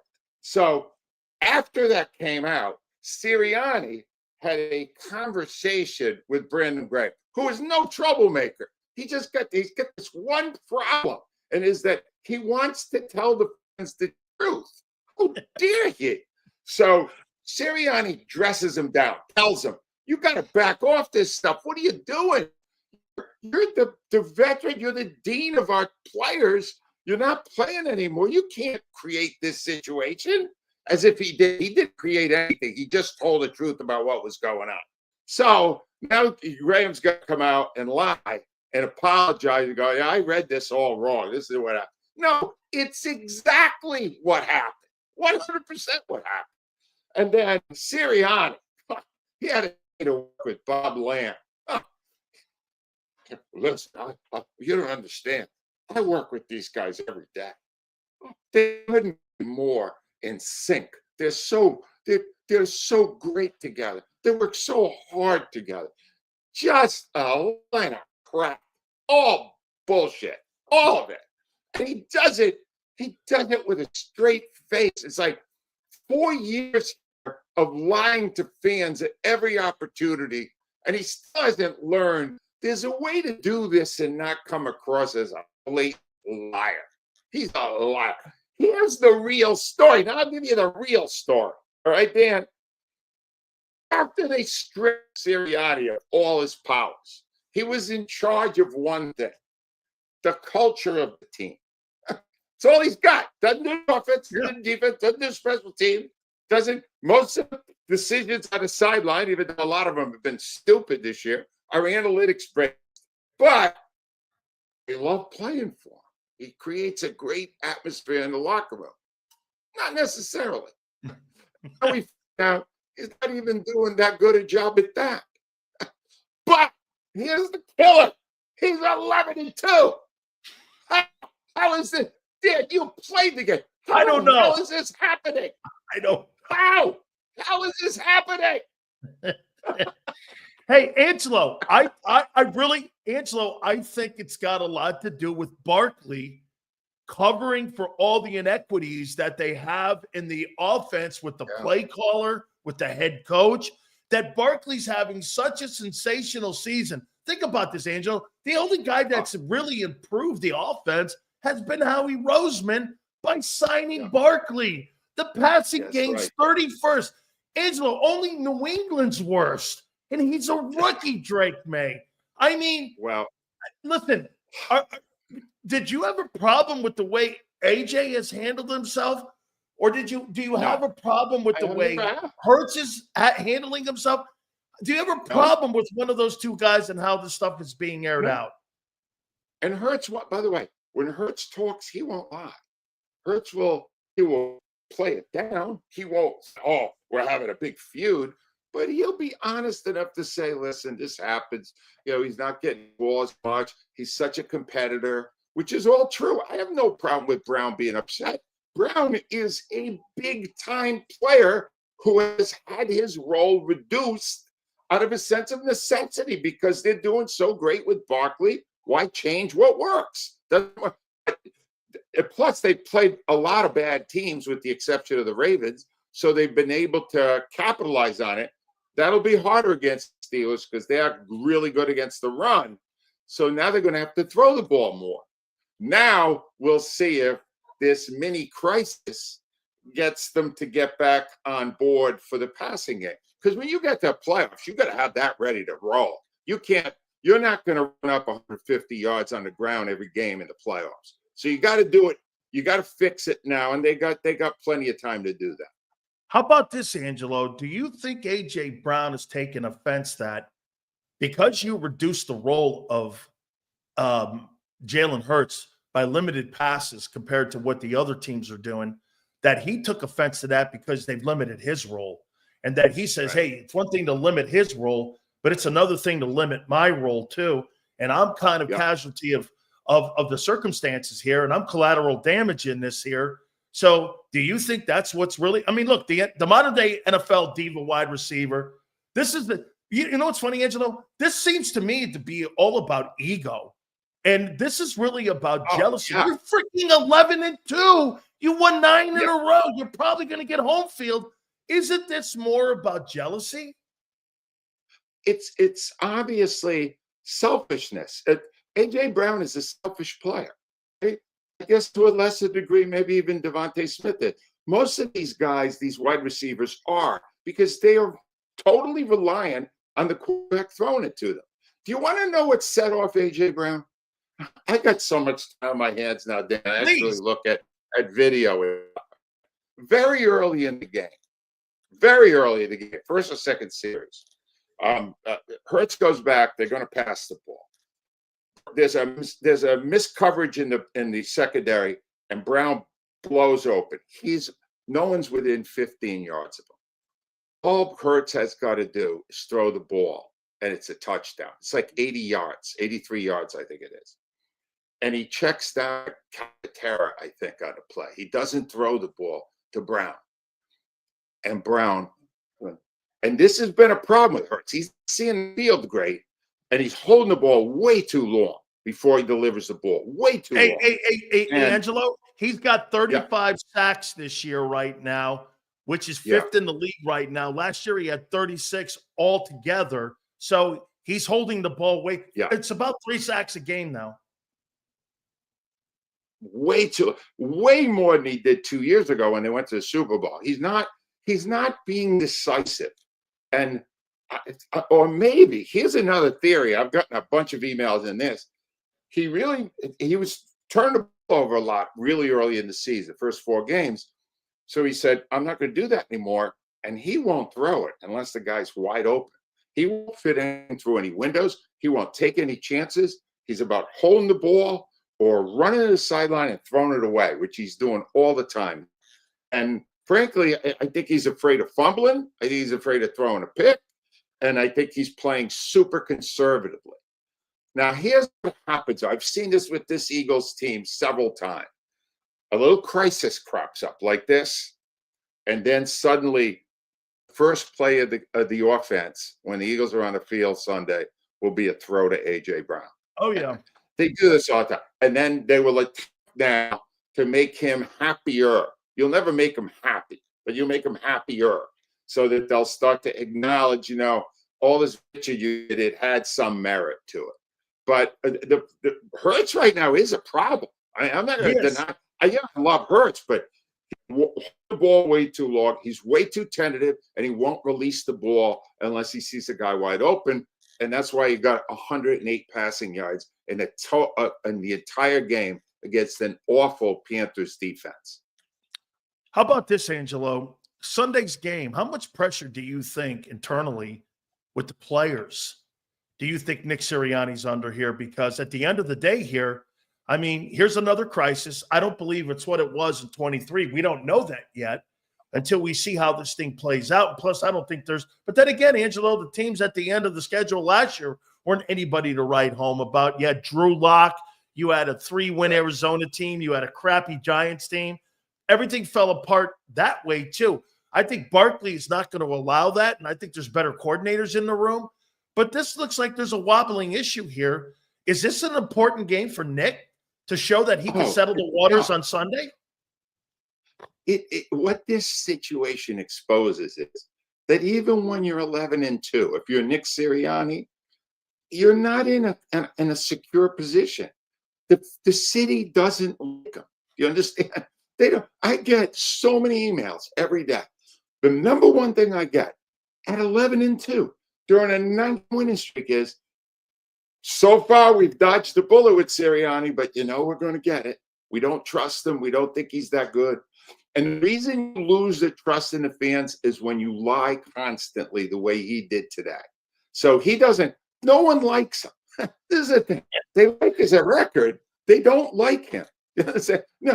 No, if they fired him today in the middle of a 9-game winning streak, wouldn't suddenly be panic in the streets of upset. Oh my God, they got rid of this genius. No, everyone would go, yeah, it figures. Let Kellen Moore take the rest away, or Vic Fangio. He wasn't really doing anything anyway. But all he's got, I got to just go back to this. He's got one job now: the culture of the team. And when Brandon Graham came forward and acknowledged to the public the culture wasn't that great, look, I talked to Graham. I got to fix. This is horrible. Let me hold news conference and laugh. And he did it shamelessly. Today was a new record of shamelessness. He just piled it on, piled it on. He doesn't know what city he works in. People don't buy that crap. Did you see that soliloquy? Did you see that soliloquy? I think Dave Zagaro posted this like 500-word answer on culture and Hurts and AJ. Right. And I was reading this thing. I go, how come really great coaches go, we're on to Pittsburgh? Instead of this giant soliloquy that we go through here, hey, we're on to Pittsburgh. Okay? Instead, he gives you this word salad, a 500-word answer to a problem, and you're like, you're the head coach. Tell him this. How do you think Mike Tomlin would handle this? No, well, that's the thing. I would have so much more respect for him if he told everybody to go to hell. Yes. We're 11-2. Shut up. That would be fine. No, he didn't do that because he's so insecure that when Brendan Graham comes out and says there's a little bit of something going on between the wide receiver and the quarterback, oh, my God, no. Oh, we have a crisis. Oh, let me get out there and lie. I'll fix this. He's not good. He's not good at the culture either. I just can't explain his record. Because there's no damn way a guy that dumb should be doing this well. I can't figure it out. It's Dan, it's driving me insane. It is me too. Angelo, I can't believe a guy that's that not qualified to be a head football coach is 44 and 19. I can't put my arms around it. And like you said, today I'm listening to that press conference going, not one word was true. Not one thing he said was out of his mouth true. Now, I want to go here with you. The thing is, when you see him on the sideline during a game where supposedly he's making decisions stuff, is there ever a point where you go, well, he's kind of an impressive leader. He looks pretty good over there. No. Hey, Angelo, Big Dom is more impressive on the sidelines. Yes. Honestly, the people with the lines, the making the field, they're more. The guy looks like a blithering moron on the sideline. He's got all this emotion going on. Oh, it's just, but he's 44 and 19. So he must be right and we must be wrong. I don't know here. Hey, Angelo, you were around for this. Please tell me, is it so that Hurts is more set up mature-wise to handle AJ better than what McNabb did when he handled T.O.? Because that was a derailment in itself, too. And I blame the quarterback for not doing this. You know Owens is a nightmare. You know who he is. You know his makeup. I think a quarterback's responsibility is to handle everyone in the huddle the right way and their way because it's a team sport. And I think that's up to the quarterback. You know he's a hammerhead, T.O. You know he's a guy who's over the rails. You know that. You think Hurts is just better set up for that? And do you see any similarities between those two dynamics that you covered? None. Because if nothing had been, I have full faith that Hurts would have worked this out. The next game, he throws 10 times to A.J. Brown, and A.J. Brown's happy again. A.J. Brown's got 100 yards of receiving yards. He's thrilled. That's all. A.J. Brown reacts in the moment because he loves to be the man. And, I mean, I guess we should have anticipated when they brought Barkley in. He was going to have to share the spotlight more. And there would be periods like this where he wouldn't get it. I don't blame him. He's a great player, except his eccentricity. All right. Just Hurts can take care of this a hell of a lot better than Sirianni can. I understand. Hurts will just let it play out. He's very measured. He's not like, he doesn't carry grudges. He doesn't have all these extra things going on the way McNabb. McNabb could not handle T.O. because McNabb wanted the whole spotlight himself. It was his show. Hurts has never wanted that. Hurts wants to be part of a champion. And I think he will be if they just, if Sirianni gets the hell out of the way. Somebody asked me yesterday during an interview, Dan, that what was my biggest concern at 11 with 4 games to play? And I went, I don't need any time to think about that at all. It's your head coach. Your head coach he doesn't know what he's doing. He still doesn't know what he's doing. And they tried to protect him from himself by putting everybody else in charge, offense, defense, all that other stuff. But the fact is, whenever he's involved, whenever it's part of his responsibility, it's probably going to be screwed up because he doesn't know what he's doing. And this situation over the last 2 days couldn't have exposed that more clearly. Angelo, why is that organization so afraid of constructive criticism when a quarterback is not playing well in the passing game or the coordinator's not on the same page, what have you? When you're 31st, and get this, when you're targeted, A.J. Brown now, who's ranked 50th in targets in the NFL per game, and you got the other guy, Devontae, ranked 54th in targets, you know that something's wrong in the pass game. Why is it so hard for that organization to have constructive criticism and that they immediately go into attack mode and they just don't like that kind of optics? I mean, and then you have the coach. I've never seen a coach tell me that somebody's playing at an MVP level that has 31st ranked offense passing wise.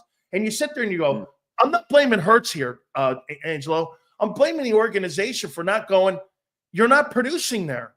I mean, Detroit is third in passing, Angelo, and 4th in rushing. The Ravens are 3rd in rushing, and they're 5th in passing. They get it done that way. How come the Eagles can't take that same kind of criticism?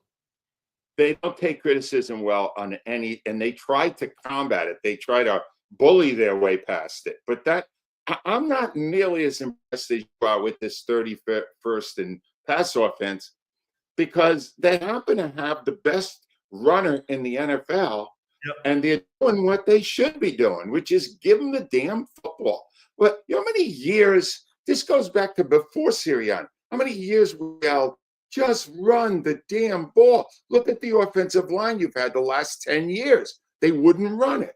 Well, Kellen Moore comes in this year. He witnesses what Barkley is doing, and he goes, I'm going to give him the ball 20, 25 times a game, and I'm going to win those games. And they won them. They've controlled the clock. They've won the games. I don't need the pass offense to be 3rd or 4th in the league. I'm going to need it to be good, though, when I'm playing a good team like the Steelers. Can they put it back up there?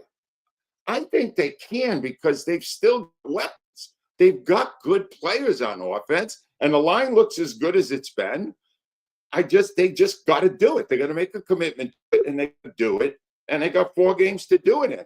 But the fact that they have fed this monster, do you understand? This is nothing. If Brandon Graham comes out and goes, yeah, I'm not getting along great, it's a day or 2 on the talk shows, and then it fades because it just lets. No, they didn't do that. Sirianni forced Graham to apologize. That gives it another day. Then Sirianni comes out today and does this dog and pony show. That's 2 more days. Now it's Friday. You're back to Friday. You milked it into a whole week when it could have been 1 or 2 days. It's just not logical. It's a dumb way to run a team. All right. And they fall into the trap every time there's any negativity. Angelo, do you think this style of play is a Super Bowl championship football team? Do you think with what they're doing right now, with the problems that they have in the passing game, are they going to be able to flip a switch and all of a sudden, when they need to, go out there and throw the ball around the yard? Because I haven't seen it all year long where they've thrown it around the yard. And when you get into the postseason, hey, one thing about that Vikings team, I'll tell you this, they've given up 1 less point more than what the Eagles have given up. And I think Brian Flores is a pretty good coordinator there. Green Bay is getting better. And there's Detroit, who can beat you in multiple ways. I mean, they got 2 backs that are going to go over 1,400 yards this year, and you got a quarterback that's going to throw for 4,500. I mean, you got a coach up there who's got a set of cannolis on him that's going to go for it, and he's the guy that player. And I don't know. I look at Dan Campbell, Angelo. I believe him. I look at Nick Sirianni. I look at him as a phony. Exactly. You just nailed it, Dan. That's exactly what if it comes down to the Eagles and the Lions in the NFC Championship game, who do you like, Sirianni or Campbell? Not even close. 10 times. Not even close. And that's the problem. You know, it's a lot of it's perception. Yes, to answer your original question, yeah, they have plenty of time to show they could do that. Defensively, I think they're a Super Bowl team. They played that well. The kids they brought into that defensive secondary. Bourne at linebacker. Wow. Dean's playing really well. Carter's out of his mind right now how great he's playing, right? The defense is playing well enough to make it to the Super Bowl and to win the Super Bowl. It's better than it was 2 years ago when they went to the Super Bowl and caved in the second half. Thank you, Jonathan Gannon. All right. But the fact of the matter is, the run game is Super Bowl worthy. The passing game, not even close. But this time and this talent, if you just let them play it out normally, they should be able to right the ship. They should be able to be a team worthy of going all the way if they fix the passing game. So, yeah, they can do it. I just, just don't react so stupidly. 2 last questions here for you, Angelo. So you spend $35 million, and tell me if I'm overcooking the books here on this one. You spend $35 million on A.J. Brown. You spend another $25 million on Devontae Smith, and you got a $50 million quarterback. In theory, you got $100 million in 3 guys, and all of a sudden now you've decided that you're a run team and that you're going to run the football with all that money that you have. I mean, if you pay them, you're going to play them.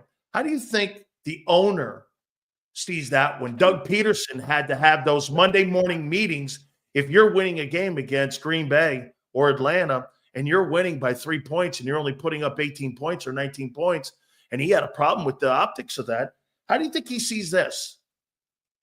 That's the best question, because Jeffrey Lurie, the owner, 30 years now, loves the passing game. He's always said you use the pass to set up the run. But they're winning. This works. Yes. It works. If it works, why do I have to change it? Because I'm 31st in the league with pass offense if I've won 9 in a row.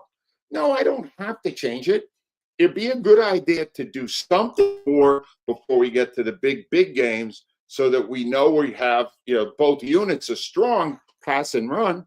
But it's much less of a crisis than it has become this week, because they're winning.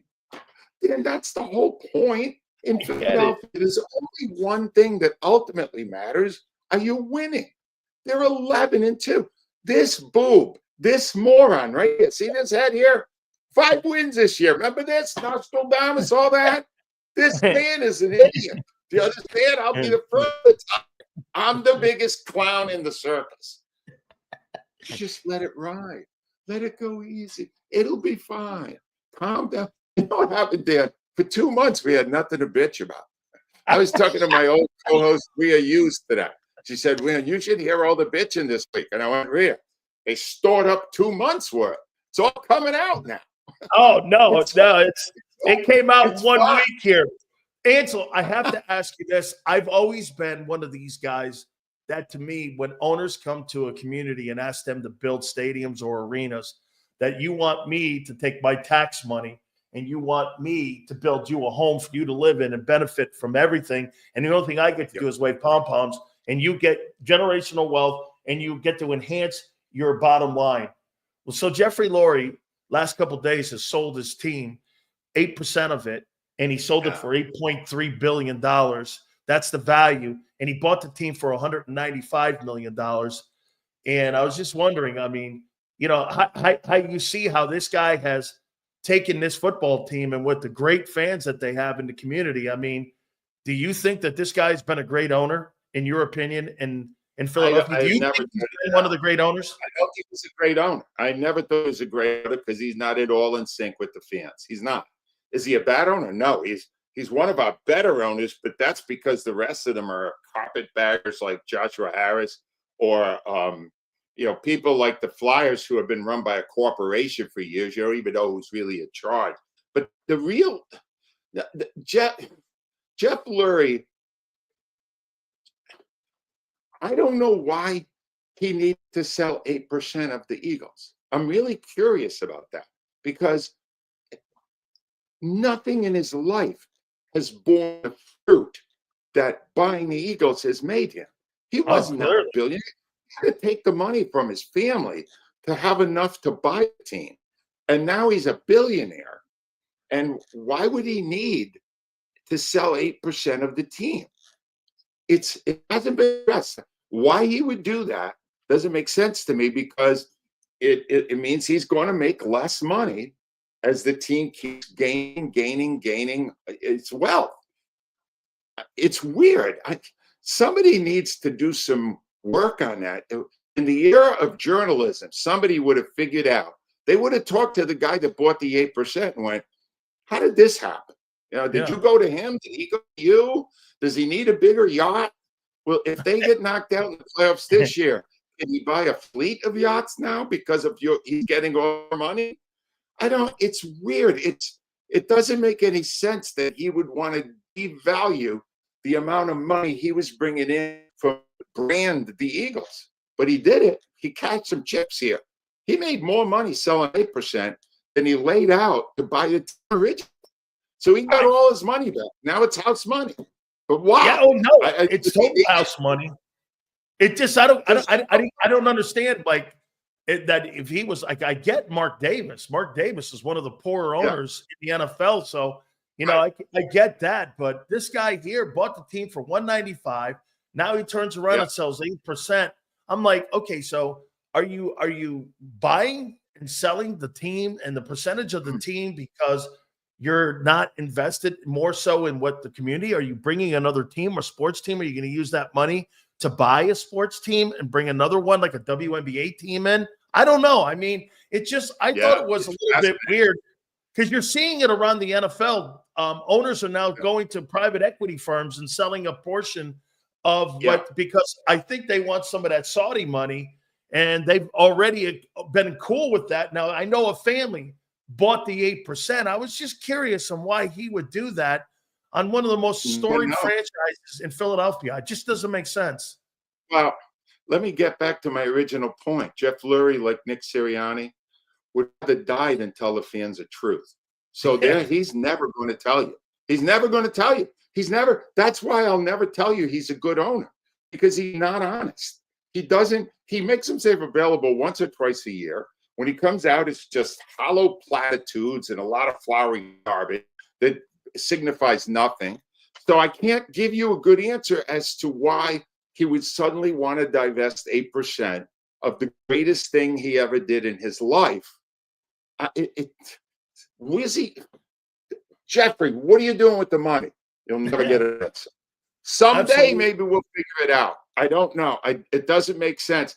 Last I looked, since he was purchasing yachts after the collapse last year, he's got money. I don't think he's hurting for cash. You know what I'm saying? No. Hey, Angelo, last question for you. Do they win on Sunday against the Steelers? I'm going to say yes. I really am. Because of what you said it with a smirk, though. Hey, wait a minute. Angelo, you just gave me a Nick Sirianni that I didn't believe you. Yes. All right, hold on. But you got to understand. You're right. You shouldn't believe me. For a jackass who picked them to win 5 games, right? So I come out and after 9 straight games, and I go, they're going to get the crap beat out of them on Sunday. Mike Tomlin's really good coach. Steelers are going to kill him. And then the Eagles win again. And then I just go into a corner, put a dunce cap on and wait for the season to be over. So I'm not doing that. Oh, so wait a minute. Angelo Cataldi's not putting himself out there this week. Listen to me.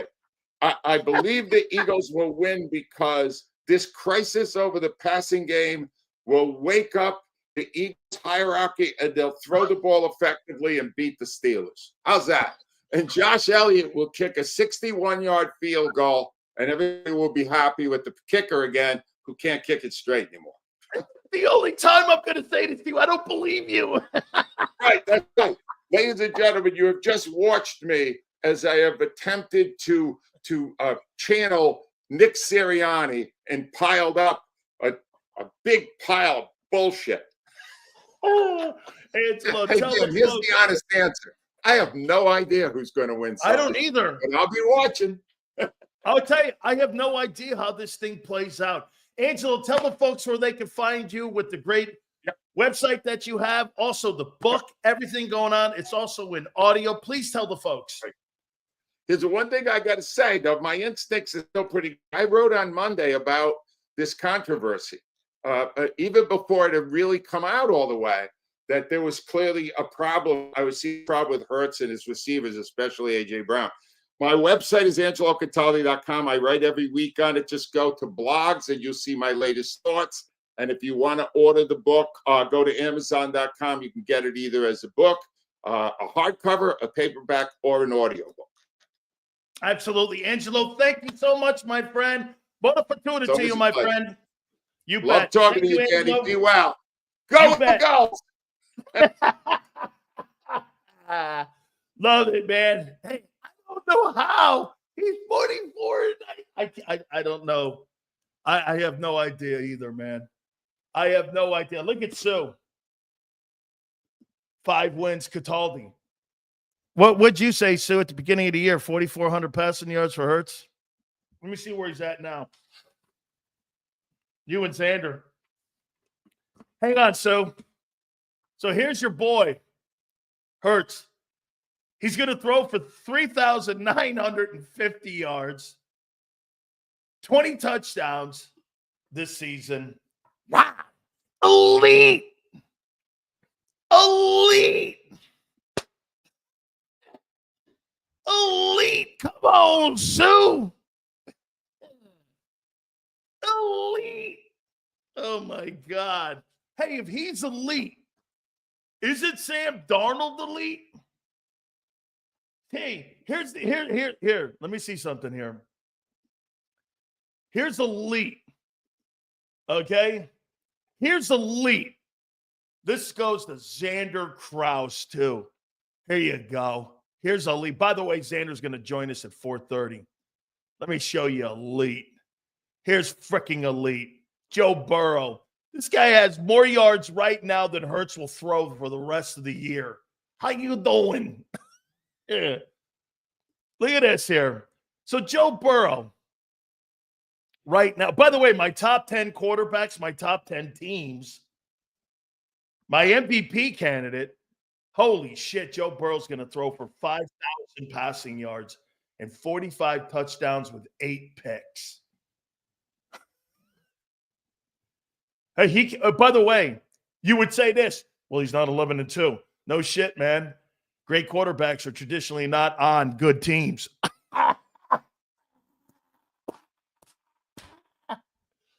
You ever notice that? The real great quarterbacks don't have great rosters. How you doing? Oh, my God. Let's see. Geno Smith? No. Geno can't be having a better season than that stiff Hurts. 4,600 passing yards. Let's see. And 69% completion percentage. Holy shit. No, not Baker Mayfield. He's 4th. Get the Baker Mayfield. Oh, I'm going to stop this exercise. I'm going to vomit on myself. Oh, man. Oh, man. We're going to redo the whole thing with the Steelers because Angelo came aboard with us. And then we'll do that. Then we'll do our top 10 teams and top 10 quarterbacks. We got to get to that because we missed yesterday. And I do have my MVP candidates too. Let's see what else. We got a ton of stuff here, man. So do me a favor. Please hit that like button. Guys, our great friends at BetUS powering the 4 hours here on the National Football Show with Big Sills. They've teamed up with our good friends at JAKIB here. And we give you this throughout the football season, college and pro. Great chance for you to experience the YouTube 150. That's right. Sign-up bonuses up to $2K. Your second and third or 125% sign-up bonuses all the way up to $2K. And if you're into crypto, that's 200% up to $2K as well. Home of Michael Vick. Go to betus.com.pa. That's betus.com.pa. Fastest payouts in the business, 24/7 Personalized service 365 days of the year. Live wagering on all major games. Go to betus.com.pa. That's betus.com.pa. And do me a favor, you tell them Big Sills sent you.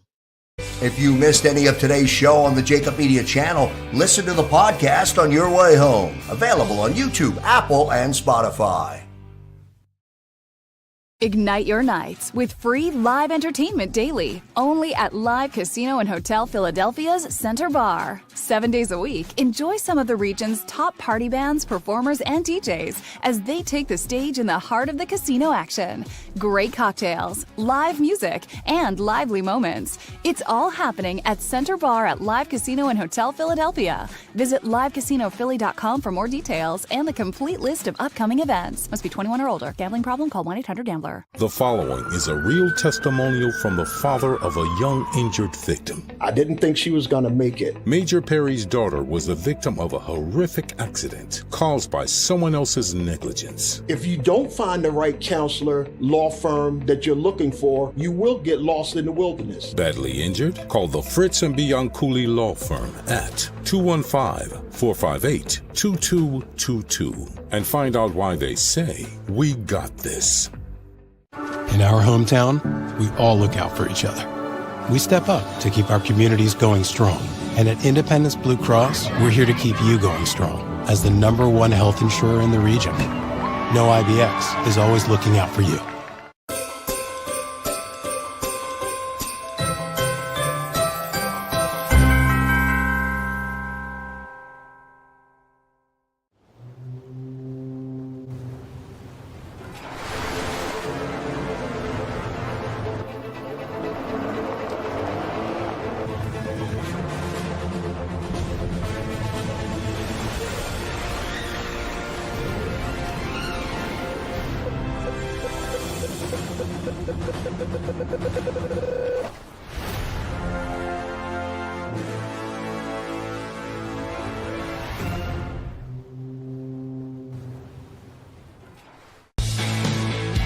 We noticed that there was mold creeping into our basement about a year and a half ago, and wanted to make sure that we were getting rid of the problem permanently.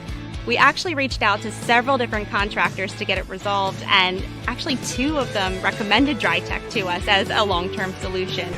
Other than the noise factor, we wouldn't even know that there was work being done on the basement level. It's really been a clean process for us. Score and save this football season on your car insurance. Before the next game, save up to 40% on your auto insurance policy. That's right, 40% savings. Call an audible this season and contact the Del Val Insurance Group. They're an advocate for you, not an insurance company. That means they'll get you the right coverage and save you up to 40%. Call managing partners Fran or Jim of Del Val Insurance, 215-354-0122, or score and save at dvigi.com. dvigi.com. EAGLES, Eagles.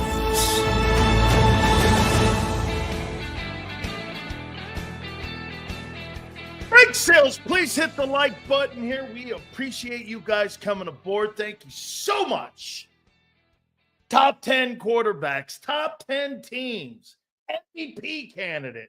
Absolutely here, man. Hey, by the way, Look at this guy. Keeps doing this shit. Dog. Don't ever compare your quarterback to Josh Allen. What has Hurts won?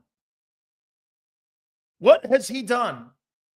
If you want to talk about winning, what's he won? You want to talk about talent? He's nowhere near him in talent. Nor does he have the talent near him.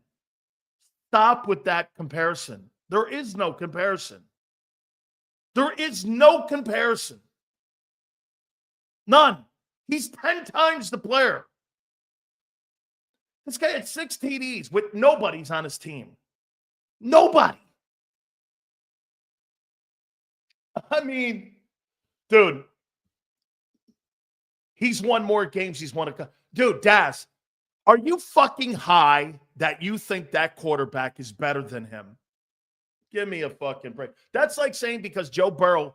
Get this, folks. You see a dickhead like this? Daz, this guy's trying to tell you that because Joe Burrow has a bad record this year, team-wise, that Joe Burrow is a lesser player than Hurts. Okay. You're probably right. Look at this. It means nothing. Who's a better player? Who's a better player? I'm not debating this. Nobody but a few idiots in here think that. Everybody on the planet knows by just using your eyes. Dude, Jalen Hurts has the worst offense for any contending football team passing-wise in the NFL. The Giants are better. The Giants have a better passing offense than the Eagles. How's that possible with A.J. Brown and Devontae Smith? How in the world is that possible? How can, get this, does Will Levis even have Will Levis has the better passing offense than Hurts. Caleb Williams has a better offense. Bryce Young has a better offense. I mean, dude, get this. You want to see something in balance? Here, check this out. So the Bills are 12th in passing and in rushing. The Bills are 11th. I don't even know who's on the team. No idea. I have no idea. Will Levis is a better passer than Jalen Hurts. Woo! Come on now here. Hey, by the way, before I get Big Z on, let me ask you this here, guys. By the way, please hit the like button, guys. We're almost at 300 likes. You think A.J. Brown's a bad teammate? I'm going to ask Xander these questions here in a second. Do I think A.J. Brown's a bad teammate? No, I don't. I think he could be an asshole, but does that make you a bad teammate? Hey, dude, I played with a great asshole, and his name was Michael Irvin. It's all right. Okay? Yeah, look at this. Hurts 29 TDs, 5 turnovers. He's horrible. He is horrible. Or your star players wouldn't be complaining about him. Nice, Anthony. Your own players are complaining about him. Do I think Hurts is a poor teammate? No. No, I don't. I don't think both guys are bad teammates. I do not. All right. Do me a favor, guys. Please hit the like button. Hey, get this too. Senor told me at the beginning of the year that we're going to see the real Josh Allen without Stephon Diggs. How you doing? How you doing? All right, folks. With that being said, I'll tell you what, man. Watch this. This is what I'm going to do to Xander. Ready? Come on. See him? Look at me. Come on. Come on, Xander. Xander. Come on, Xander. Come on, Xander. You're coming back to Big Sills. Come on. Come on, kid. Come on, youngster. All right. Co-host of Birds 365, our dear friend, Big Z, Xander Krause. What up, Big Sills? Come on. Come on. I see you, brother. I see you, brother. Boy, I got some questions, man, on this fucking offense, man. I got some questions on this. I'm diving into a lot of stuff today, Big Sills. And I'm not happy with Jalen Hurts. Don't get me wrong. I'm not giving Jalen Hurts any sort of pass like Angelo wanted to. But I got a question about Kellen Moore. What the fuck has he improved on this team? So I'm looking at some of these numbers, and I'll pull it up on the screen if you guys don't mind. I'll pull it up, and we can look at this stuff together. And I know people don't like some of these stats, and I get it. You don't like Pro Football Focus. I get it. That's fine. Let's just look here, though. I'm on Pro Football Focus. Xander, it's a tool. It's a tool, and it typically shows where a player is. It's not always perfectly accurate, but here's Jalen Hurts on Pro Football Focus. Here's his year grades. Let me scroll down here. I got to drop the banner here so people can see the bottom. So look at the bottom, and you're seeing the season grades. I'll see if I can make it a little bigger for everybody. So look at Jalen Hurts' passing grade this year.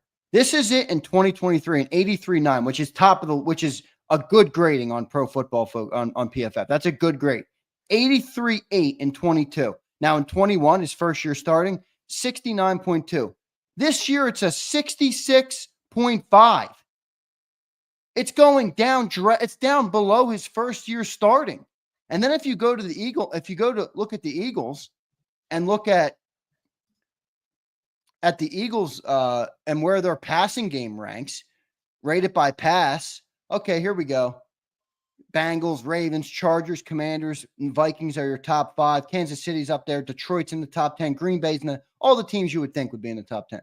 Eagles are down here at 25th overall with a 65.8. Now, the interesting thing about Pro Football Focus grading is they don't factor in how many attempts it is. They're factoring each play. They're grading the play, what the play was supposed to happen, and then the result of that play. Granted, you don't want to take this into account. That's fine. Now let's go look at last season. This is this season. We're 25th right now. Let's look at 23 when we acted like Brian Johnson was the worst coordinator in football. Eagles, 8th in the passing game, 83.3. Let's go look at 22, the Super Bowl year. MVP Jalen, right? Eagles, 5th, 80.7. Like, what is happening in the passing game? And if you're going to sit here and tell me that this is all Saquon Barkley related, I have a hard time believing that. It's not. Every metric right now. It's not because the Lions and the Ravens are doing the same thing. I just don't understand. Like, it's one thing to say, all right, he's getting less attempts. Saquon's here. It's not. Why is every metric in the passing game? Forget yards per game, which they're 31st in, by the way. Why is every metric gone backwards? Say it, Xander. I think it's Kellen Moore. Another coordinator. How well, many? Listen, no, because you're assuming I'm taking Jalen out of the blame. Jalen is some to blame, but I'm just looking at this data and saying, how can this be explainable? Because the coordinator realized he can't perform what they're asking him to do in the passing game, and that's what they're doing to the strength of the offensive players in the huddle. They're going to the strength. Kellen Moore is actually doing what's right for the offense. You know what that is? He's feeding the guy who's carrying. You're 11-2, won 9 in a row. Why was Jalen rated out so good then last year with Brian Johnson? Wait a second. Is it Kellen Moore's responsibility to have Jalen Hurts, a top-flight quarterback, or is it his responsibility to win the NFC? What is it? What's his responsibility? If the quarterback can't perform the first 20 plays in the game, and they see that, the coordinator's supposed to continue to do what Brian Johnson does and continue to feed the guy so that the guy has more opportunities and turnovers. Kellen went like this. Fuck that. We're going to throw less. We're going to run more RPOs, and we're going to feed the beast. Yeah, listen, I agree with that. Because the quarterback is not good enough. He listen, you're not wrong about that, but Jalen was the quarterback last year. And he had a ton of turnovers. And he was the quarterback in 22, though. And guess what? We've never seen that guy since. I'm not saying I agree with that. I know that we haven't seen that. But the drop-off in his numbers right now is not explainable outside of he's missing throws. And I get that. He is. I mean, we all watch the game with our own 2 eyes. We know what we see. Jalen Hurts has not been great. For all the Eagle honks out there who criticize anybody talking about the passing game, he hasn't been great. And I'm not trying to take it off his plate. In fact, I've already been getting comments, oh, you're a Jalen hater now. That's the new thing. I was riding the guy all year. I've been supporting him all year. And now I'm a Jalen hater. But all I'm saying is I don't think this is solely on Jalen Hurts. I don't think Saquon Barkley shows up and that makes your quarterback metric drop off a cliff. You and me had a conversation at the beginning of the year, and I said, what makes you think Kellen Moore is going to come into this football team and all of a sudden craft some sort of game plan for Jalen Hurts, and he's going to go out there and be some prolific passer? Everyone was under the assumption that those two guys would work together. I was never sold on that.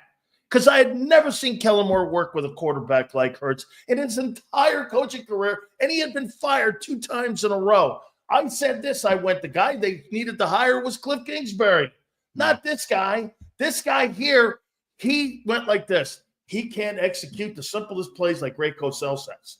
He cannot perform the easiest plays. Do you ever notice the number one play that he has is the slant to AJ? The rest of them are so difficult or he can't see him. Dude. Well, okay, if that's true. The coaching staff has figured out his limitations and his abilities of what he can and can't do, and this is what he is. But are you insinuating that there's new deficiencies this year, or did the deficiencies exist last year and we had a better coordinator who knew how to put his quarterback in a better position to be a better player? Yes. And that's what I'm not saying Jalen doesn't deserve some blame. I get it. Brian Johnson should have been retained.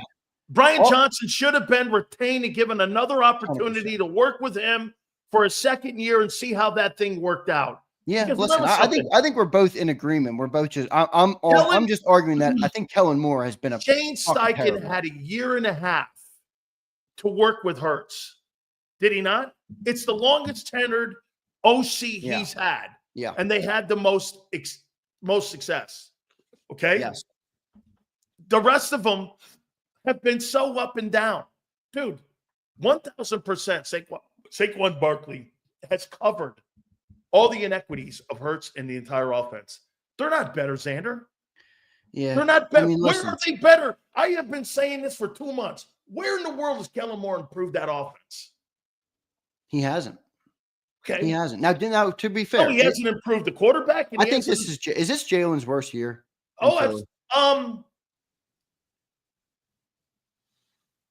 No.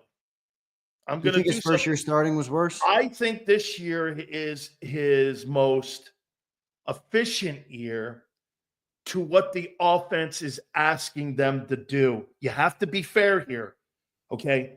They don't want to pass. That's why the numbers are low. They want to run, okay? They're 11-2. Yeah, but even when they do pass, Sills, they suck. And I think some of that is on Kellen. You can't dismiss 11-2. I agree. Listen, I still feel like this team is a great chance, but there are cracks in the armor, and it's very clear that the team thinks that this isn't just media driven. This is the team obviously has some problems with the way things are going. And I think they're talking about that. I'm just trying to look a little deeper and say, okay, we watched this guy do what he did in 22. We were the 8th ranked offense. Like where is it? Where is the issue here that Jalen Hurts has regressed back below his 2021 rating? I think that's pretty egregious. And I don't think, like, to be fair, yes, they're running a lot more because they know that that's their best way. Maybe that is true. I think that is true, to be fair. But when they are passing it, it's not working. It doesn't look good at all. But Xander, since day one, I said he can't read defenses.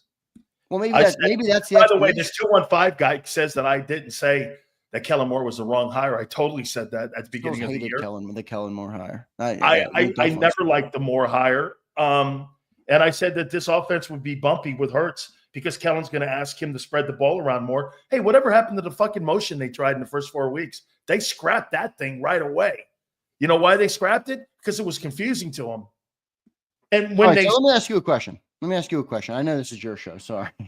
I'm butting in here, aren't I? Bro, you can ask me anything you want, man. All right, so who do you give more credit for the 44, 45, and 19, whatever it is, the record, 45 and 19? You giving it to Nick or you giving it to Jalen? Howie.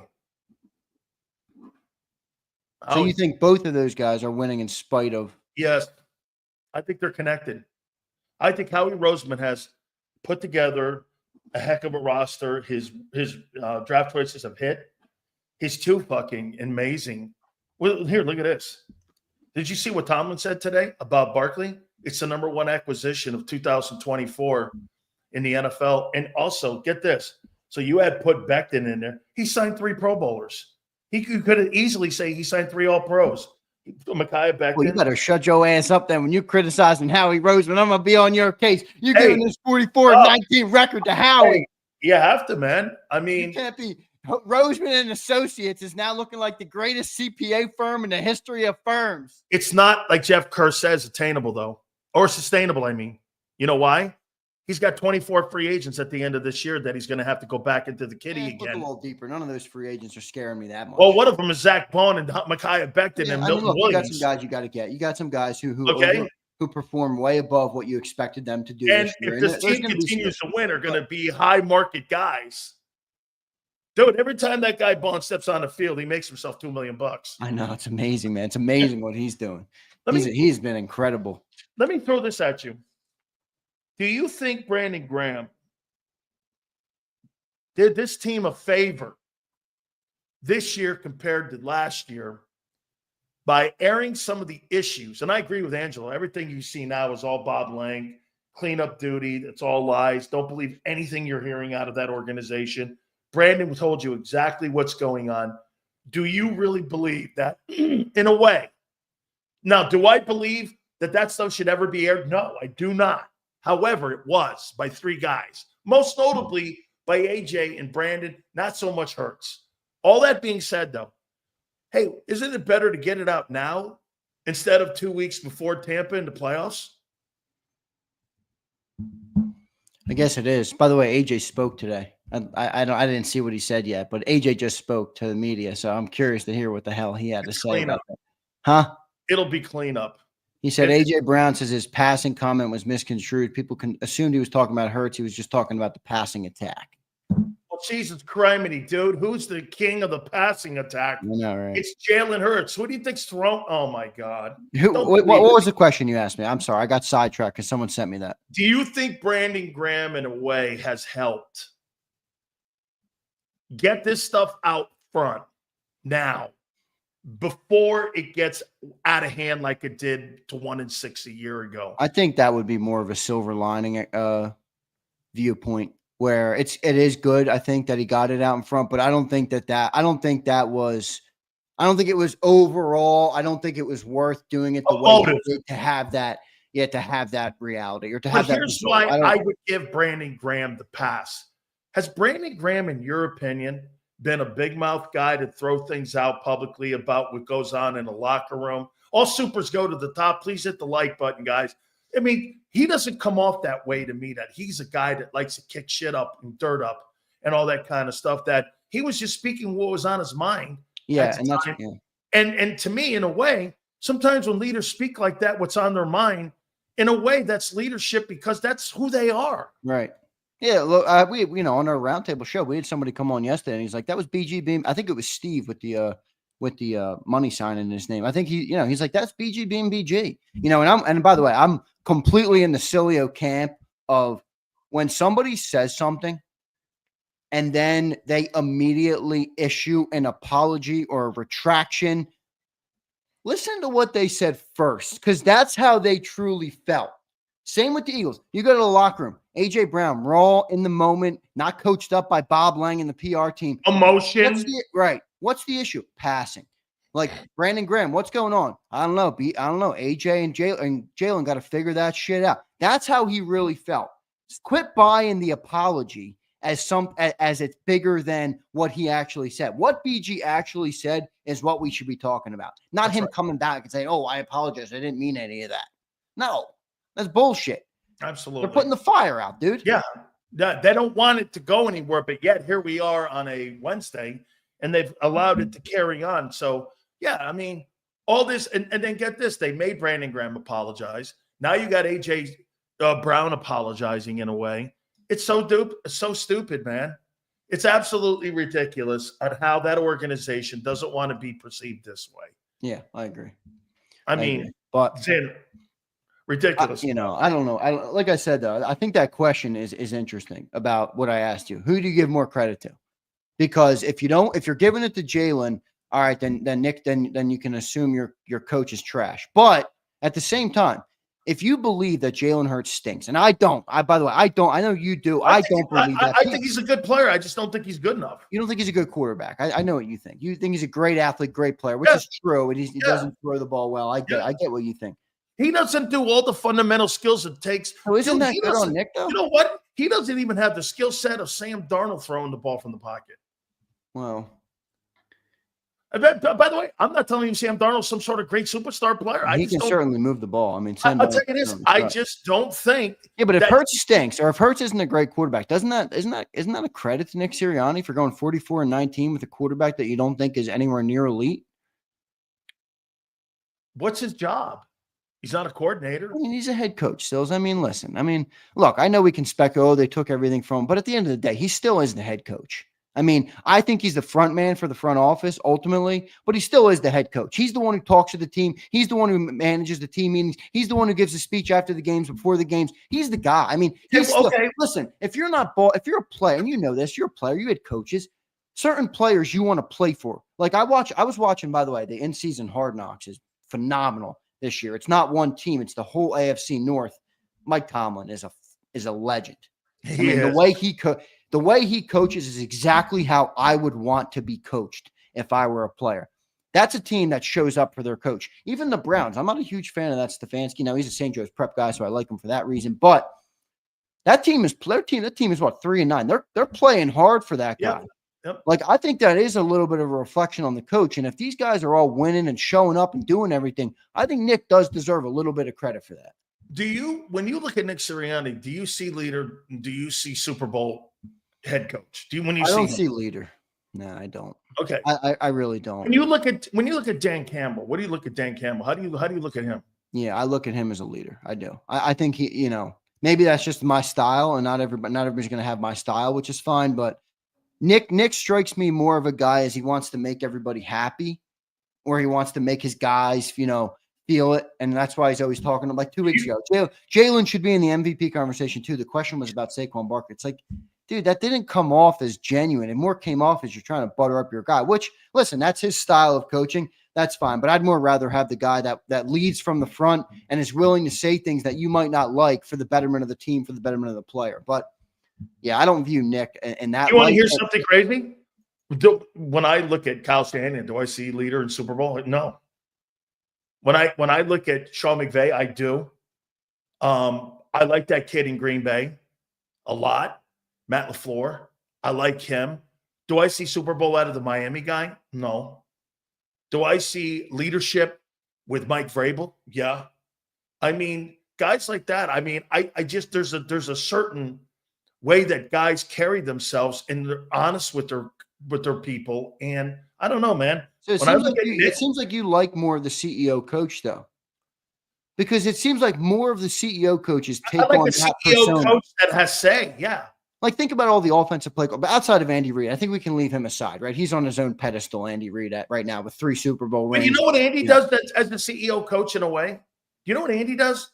Andy puts people like Brett Veach, who was a special teams coach, personnel guy, in charge of his GM stuff, so he doesn't have to deal with that. He brings Steve Spagnuolo, that was on his Eagle staff from years ago. He puts him over there, and now he's got 4 Super Bowls as a coordinator. Andy surrounds himself with a great coaching staff.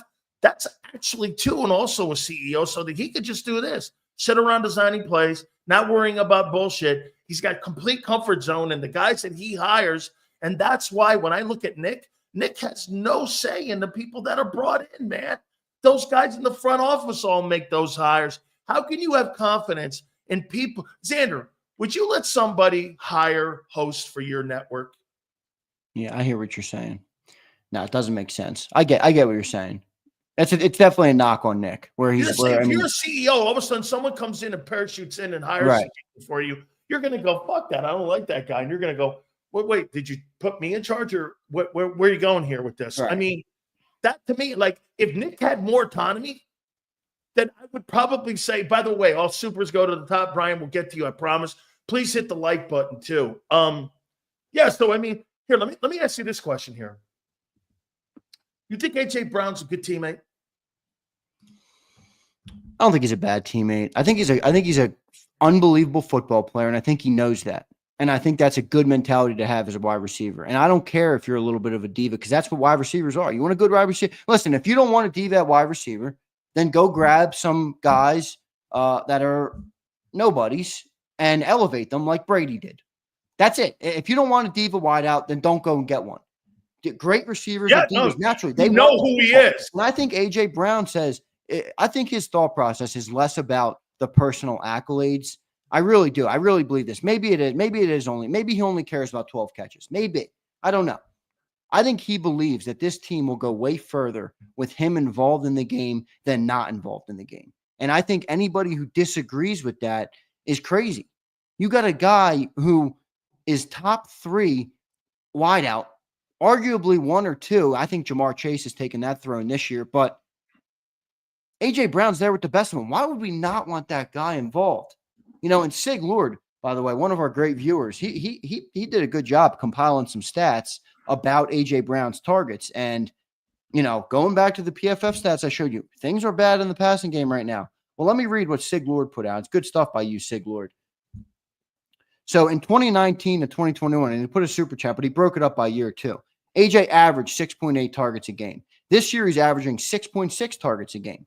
Now, in 2019, his rookie year in the league, 5.25. 2020, this is still with Tennessee. It went up to 7.57, and then it was 8 targets a game in 2021. He comes to the Eagles, 8.53 in 22, and 9.2 targets a game last year. This year, 6.6. His lowest targets since his rookie year. Meanwhile, this is a player that's ascending, getting better, and dominating the league when he gets the ball. Like, are we really? I mean, listen, maybe he shouldn't have said it, but no. Why wouldn't this guy? No, want the ball? wait. My opinion is how I think he used himself as a shield to make the comment because he has equity on what you said. And he can go like this. I'm not talking really. He's not really talking, and I don't mean to talk for him, but I don't really think he was talking about him.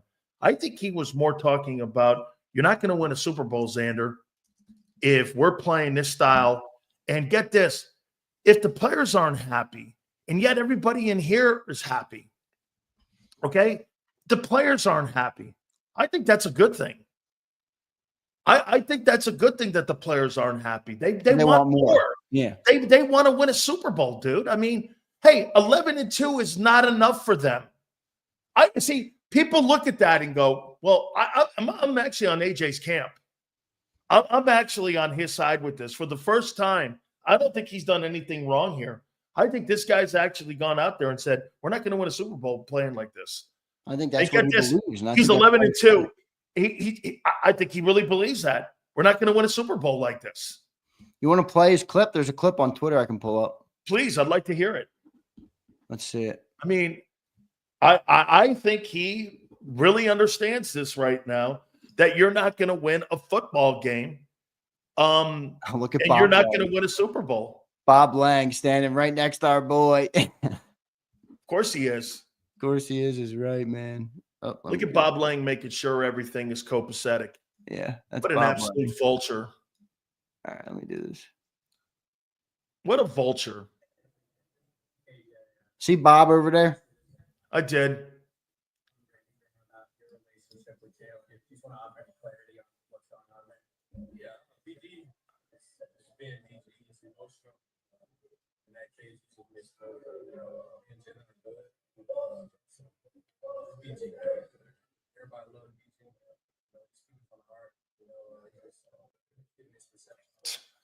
This is so bullshit.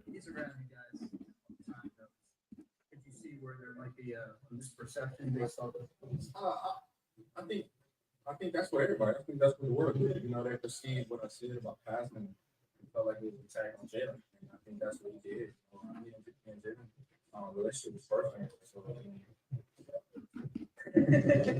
I don't know what you want to make of that, but it's dumb shit. I don't buy any of it. I think it's exactly what you saw in that picture. You saw the PR director sitting there coaching. Wait, could you hear that? Did you hear that? Yeah, it was faint though. Yeah. Sorry, I thought it was louder. It was a little faint. I heard it, and it's total bullshit. It's just dumb. My bad, everybody. It's just absolute dumb. Let me ask you this one now. You think Jalen Hurts is a bad teammate? Well, I think there's a little bit of a trend developing, right, with this. I would say no, blanket no. I don't think he's a bad teammate, but remember like what he did in the summer. with the 2 times that he threw the coach under the bus and he created that talking point when they went away for a month. I don't know. I mean, I don't think he's a bad teammate. Maybe that comment will ring true again from who was that we had on our network who said he's got to learn to play with the contract. He was right here on this Boomer show. Boomer Esiason. Maybe that comment was more meaningful than anybody thought at the time. I think he deflects a lot of stuff away from him. I do think you see a little trend where he doesn't like accountability. Like, remember, people talk about that Seattle game last year, and if A.J. Brown never said something, it would have looked like Nick Sirianni was a dumbass because he's the one who fell on the sword. And then even this week, he said, yeah, it wasn't my best game, but then he said, I'm just doing what I'm being asked to do. Xander, it comes off to me, though, that anytime there's failure or perceived failure or any kind of not living up to expectations, he gets very sensitive on that and deflects away from it and says, dude, how many quarterbacks you ever hear say this? Hey, I just do what I'm told. I mean, dude, when you're the face of a franchise, that's not do what I'm told, guys. You have autonomy. You have a seat. You know, people don't realize this. If you have 5% in a company, you have a seat at the board of directors table. When you're making $50 million, Xander, right, you have a seat at the board of directors table, and you're going to be able to make the comments that you feel free because you know why? One, you don't have a no trade. You've got the contract. You're married to these guys for the next 3 years. You can speak up. I do what I'm told. That comes off like this. Well, they want to tailor the offense down. They want to take it away from me. They want to do this shit here and do this. I'm like this. Bro, that's not how you conduct yourself. How many times you hear Mahomes say this when they lose? Hey, this is all on me. I did this. I've got to be better. We've got to work together, and that comes from me, and it starts with me. And then when they win, you hear this. Those guys were great. I'm so happy to be playing with them. It's so wonderful. Coaching was awesome. Everything. You're like the last guy you mentioned is you. He never talks like that.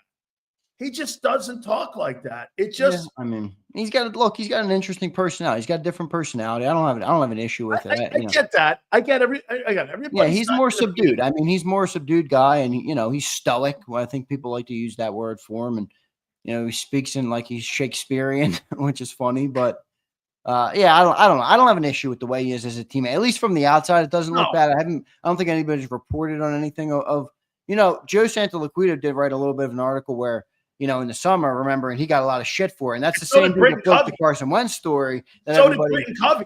Britton Covey got some shit too, and he said he was not really approachable. That's what Joe wrote. Joe wrote about. A lot of people have said he changed up a little bit after he got the contract, less approachable in the locker room. I don't know. I don't know what's true. I don't know what's not. I think we should wait for that to all come. I wouldn't rule it out, though. Remember, everybody, ruled it out when it came to Carson Wentz, too. Joe Santoliquito got death threats. Yeah. For writing an article about Carson Wentz. Ultimately, 4 or 5 years later, he was completely 100% vindicated. And now it's a popular thing to bash Carson Wentz. Look at Darren Sproles was just, on that podcast, on the 2510 podcast. I mean, it's a popular thing now. So let it all. I'm going to let it play out. But right now, I don't think Jalen's a bad teammate. I think he's just a little uncanny in the way he handles things. It's a little different than what you're used to, but I have no issue with it. Sunday's game against the Steelers. Gonna be a good Nick Sirianni. I think this is a big game for him. I'll tell you why. Perception-wise. Say you go in there and you flop around and you lose after all this shit that went out and all the stuff that came out this week, and all of a sudden they go out and they flop around like they did against Carolina and they lay an egg against the Steelers and that thing looks bad, or you play bad like you did against Carolina. Carolina's got the 3rd pick in the draft now. Okay, that's a terrible roster. You can't do that against Pittsburgh. You just can't because they're too well coached.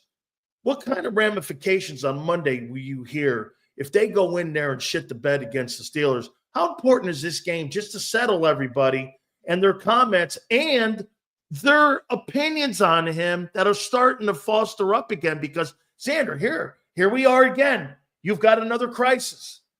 All of a sudden, this is a smaller crisis. I'm not saying it's at the same level as 23, but you got players barking at 11-2. What the fuck are you arguing about? You're 11-2. You won 9 in a row, and yet get this, like Angelo said, you don't You have a problem in your own locker room? What's the problem? You're winning at an amazing clip, biggest win streak in Eagle history. What are you moaning about? You flop around against Pittsburgh. How big is that game for Nick? In the perception.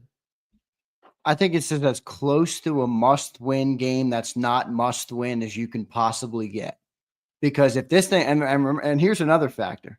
If you're Mike Tomlin, all right, and by the way, I'm watching this Hard Knocks, though. They show Mike Tomlin. This dude prepares for everything. So if you think he's not looking at what's happening in Philly right now, you're sadly mistaken. He's watching that very closely.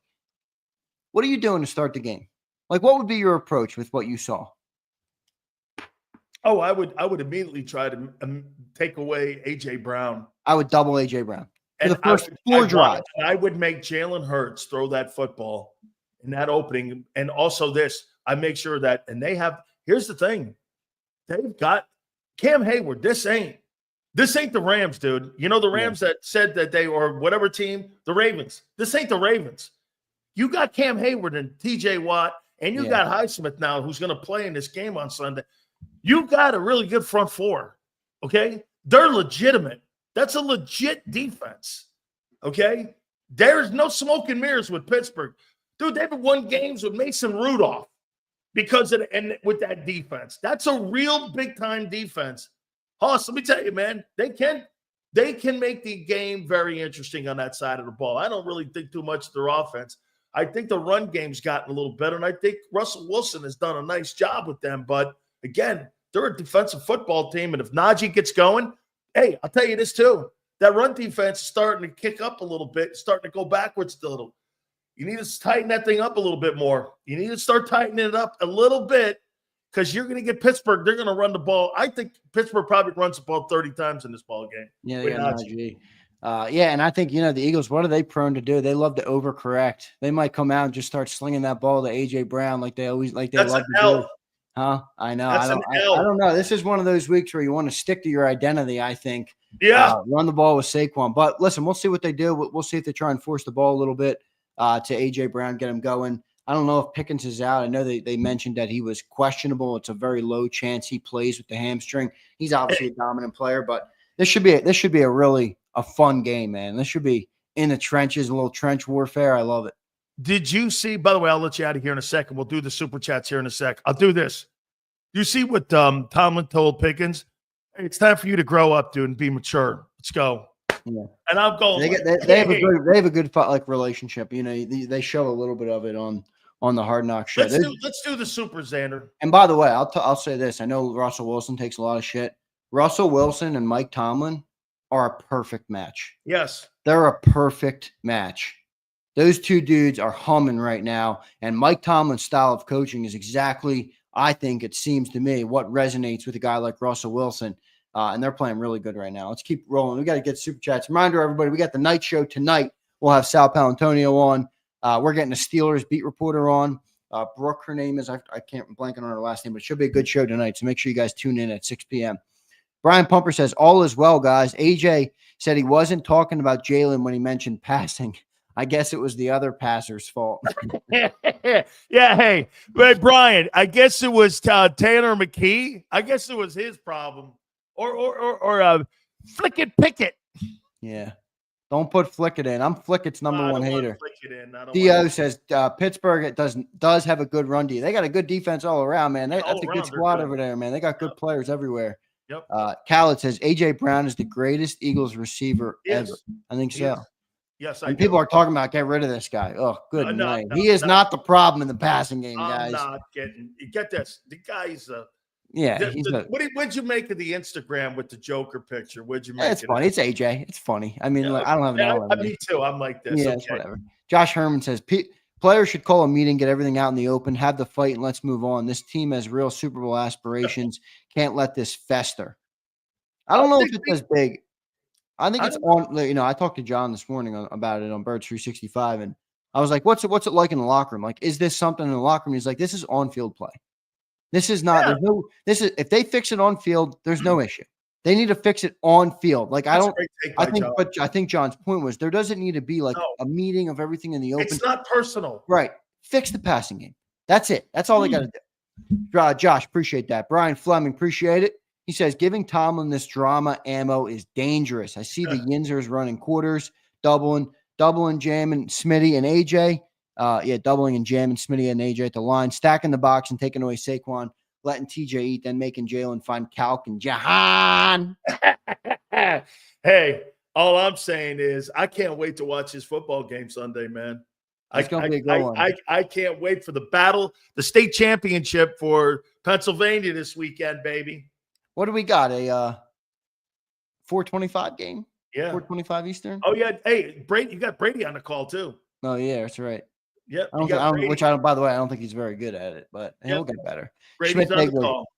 Schmidt Degler says everybody is scared to say it because Jalen's a black quarterback and it's easy to get labeled the R word by saying he is incapable of reading a defense. Well, I don't view it like that at all, but I'm sure there is some sensitivity to that, Schmidt. I can't speak on that. I'm a white dude, but I don't look at it like that at all. I mean, hey Schmidt, highest played players in the game are black. I mean, it's an 80% black league. That stuff is like for like old farts and old hats. I mean, listen, if you suck, you suck. Whether you're black, white, purple, or orange, I don't give a shit. Defenses, you can't read defenses. If you're great at the RPO, you're great at the RPO.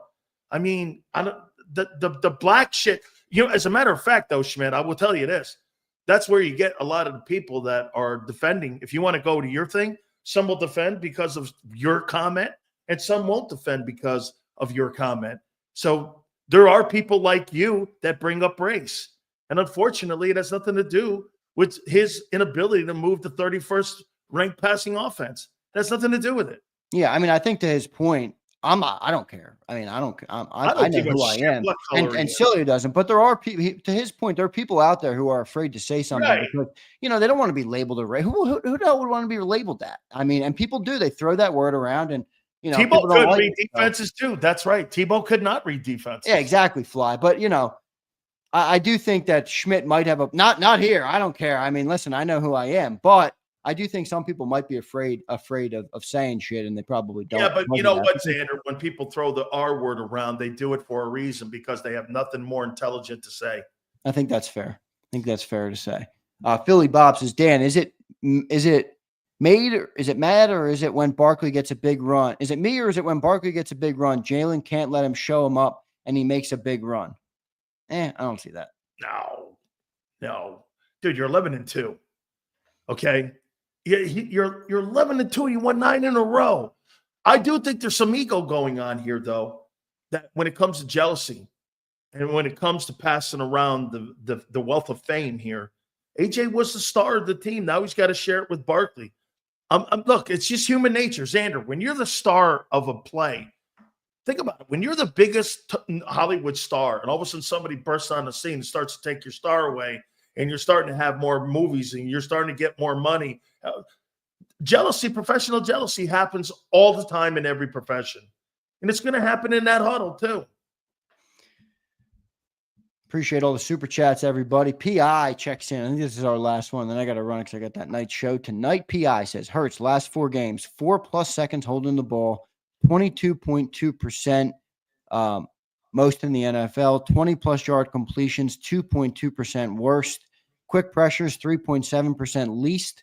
Throwaways, 9.2% the most. Sacks, 8.3% third most. Scrambles, 23.9% most per Fran Duffy. I did see that graph, by the way. And thanks to Philly Don who sent it to me. Very good. It was bad. It's the graph. Philly Fran Duffy on PHLY put this graph up, and he did a whole breakdown of quarterback. Yeah, there's some regression. Yeah, there's some stats in here that are alarming on Jalen for sure. All right, I'll tell you what, Xander.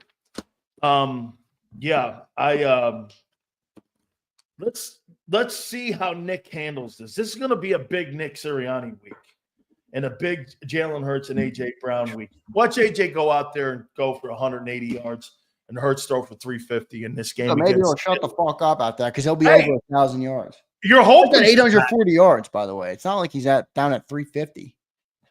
Hey, I appreciate it, Xander. Great stuff as always, my friend. Thank you. Yo, Sills, I'm going to do some business on the air right now. Make sure you do our Bet US, all right? I got you, man. Thanks, everybody. I appreciate you all, man. You guys are the best. You guys are awesome. I appreciate you guys stepping in. Where are we on that like number right now? Please, guys, do me a favor. Give me a number on that likes. We are going to do in the final hour my top 10 teams, my top 10 quarterbacks, MVP race. We're going to do all that. Plus, we're going to go back over the Steelers. We are at 300. Man, I'd love to see if we can get to 400. Fantastic, guys. Way to go, man. Top of the hour, you guys got us to 300. Let's see if we can get to 400. 350, 400 would be awesome if we could do that in the final hour here. Hit the like button. As Xander said, our good friends at BetUS who have been powering the 4 hours here, make sure you guys check out the YouTube 150. That's right. 150 sign-up bonus all the way up to 2K. Your second and third give you that same opportunity when it comes to 2K and your signing bonus if you're into crypto. 200% right there for you all the way up to 2K and your sign-up bonus. BetUS.com.pa. That's BetUS.com.pa. Fastest payouts in the business. Live wagering on all major games. Plus, BetUS can give you your very own personalized account executive that can handle your account for you. BetUS.com.pa. That's BetUS.com.pa. And do me a favor, you tell them Big Sil sent you. If you missed any of today's show on the JAKIB Media channel, listen to the podcast on your way home. Available on YouTube, Apple, and Spotify. Ignite your nights with free live entertainment daily, only at Live Casino and Hotel Philadelphia's Center Bar. 7 days a week, enjoy some of the region's top party bands, performers, and DJs as they take the stage in the heart of the casino action. Great cocktails, live music, and lively moments. It's all happening at Center Bar at Live Casino and Hotel Philadelphia. Visit livecasinophilly.com for more details and the complete list of upcoming events. Must be 21 or older. Gambling problem? Call 1-800-GAMBLER. The following is a real testimonial from the father of a young injured victim. I didn't think she was going to make it. Major Perry's daughter was the victim of a horrific accident caused by someone else's negligence. If you don't find the right counselor, law firm that you're looking for, you will get lost in the wilderness. Badly injured? Call the Fritz and Bianculli Law Firm at 215-458-2222 and find out why they say, "We got this." In our hometown, we all look out for each other. We step up to keep our communities going strong. And at Independence Blue Cross, we're here to keep you going strong as the #1 health insurer in the region. No IBX is always looking out for you.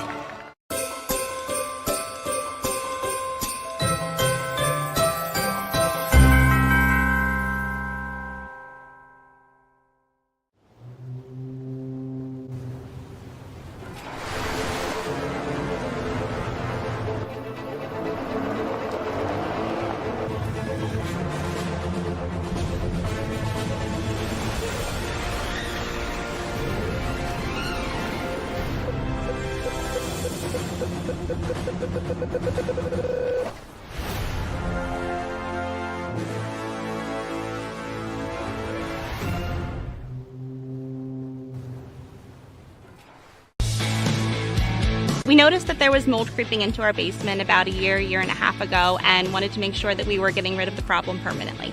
We actually reached out to several different contractors to get it resolved, and actually 2 of them recommended DryTech to us as a long-term solution. Other than the noise factor, we wouldn't even know that there was work being done on the basement level. It's really been a clean process for us. Score and save this football season on your car insurance. Before the next game, save up to 40% on your auto insurance policy. That's right, 40% savings. Call an audible this season and contact the Del Val Insurance Group. They're an advocate for you, not an insurance company. That means they'll get you the right coverage and save you up to 40%. Call managing partners Fran or Jim of Del Val Insurance, 215-354-0122, or score and save at dvigi.com. dvigi.com. EAGLES, Eagles.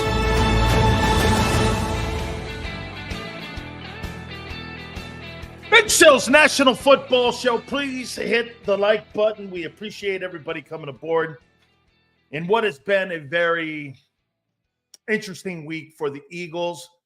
Some really big games NFL-wise. We'll talk more about that as we get closer towards the end of the week. We're going to go over what Nick Sirianni said in the presser. Angelo and I are on the same page. I think it was just a bunch of bullshit. Same thing with A.J. Brown. What I don't like what the Eagles do, they lie to you every single week. After somebody makes a mistake like they did, or not make a mistake, why can't you be genuine? Why can't you let something sit when you say something? I don't think the Eagles develop leaders. They enable them. I don't think they let, if a guy makes a comment and says something like Brandon Graham, why can't you just let that sit there? Why does he have to go back and clarify what he said? What the fuck is that? Hey, I want you to go back and apologize for saying that about Hurts. Why? If a player says that and feels that, why should he publicly have to go back and say, I'm sorry for it? Why in the world do you have to do that? Why do you owe anybody an apology when you say something? I mean, why would you have to? Somebody says something, and if you stand by your, you know what it is? It's almost like, get this. This is what Yale says. He says he talked out of school. So the leader of a team that's been on the team for 15 years spoke out of school. Really? I don't think he did. Let Brandon Graham not be coached. You don't need Bob Lang hanging over on A.J. Brown's shoulder. Well, here, let's go to what Yale said. Hey, Yale, does Brandon Graham come off like he is a big mouth and he speaks out of school? Do you think he speaks out of school? Has Brandon Graham spoke out of school in 15 years? Wow. Really? No, Brandon Graham spoke about his team. So wait a minute. Brandon Graham is a TO? I didn't know that. So Brandon Graham's a gossipist. Brandon Graham, according to Yale, likes to spread gossip. Is that what that is? No, he fucked up. Oh, according to who? According to who? That's like when the media tries to make people apologize for something that they said. And years later comes back, they were right. People fuck up all the time, Yale. They screw up all the time. But if Brandon Graham says something, I'm going to take his word for it. So wait a minute. You believe them now after all the shit that they've said? I completely do not. Don't put words in my mouth. Well, don't put words in Brandon Mann's mouth. That's my point. You don't want me to put words in your mouth. Don't put words in Brandon Graham's mouth that he didn't mean. Okay? I mean, Yale doesn't want me to put words in his mouth, but he was okay with Bob Lang changing the narrative. Okay? I don't know. By the way, Yale, I'm not attacking you, brother. You know how much I respect you. It's all good. Okay? I don't hate BG. Apparently Hurts or AJ don't. Hey, none of this is personal. None of this is personal. Look at this. Yeah, it is cringy. It is. Get this. He says that's your employer. Oh, so then, Chris, according to you, everything then that is said is not true because you have to protect your employer? Okay. As long as you know that, Chris, nothing's true that they say at those pressers. As long as you know that. Okay. Because you have to do things and say things to protect your employer. Is that what you're saying? Okay. then none of it's real and true and genuine. And that's why people fall into that bullshit area and lane with Nick, because he's not genuine. Because nothing the organization does or says is genuine. Thanks, Chris. Chris just actually gave you what is exactly true. Exactly true. Nothing they do is genuine. From the coach to the owner. Nothing. When your employer has its own PR department, yeah, it's called cleanup duty. Proud of my quarterback and how he handled himself at the press conference. He took accountability as well and handled it with grace. Okay. I don't really think Jalen was an issue here, except for his poor play. The protecting of Messiah Hurts needs to stop. Of course.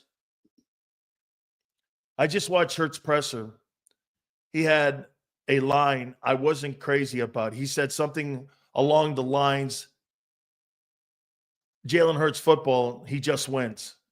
That he said that. Jalen Hurts football, he just wins. Was he talking in, please tell me he wasn't talking in third person. Okay? Like, right? Jalen needs to get the ball out faster. He's incapable of it. Guys, do me a favor. Please hit the like button. Thank you, guys. All supers go to the top. Sills, I don't necessarily agree with everything you say, but you're right. The truth has to be told. This is how you win Super Bowls. Blaine. He doesn't have to be a top 5, 10 quarterback passing. He just has to be efficient. You can't have the 31st worst offensive passing team in the league and think you're going to flip the switch and it's going to be okay. Even Angelo, who's a huge Hurts fan, knows he's not playing well. Who in their right mind is saying that Jalen Hurts is playing well right now? Did Jalen Hurts really talk in the third person today? Hopefully he was kidding. He only gave a smirk and said, I'll be comfortable in my role because no matter what I look like, winning is all that matters. Okay.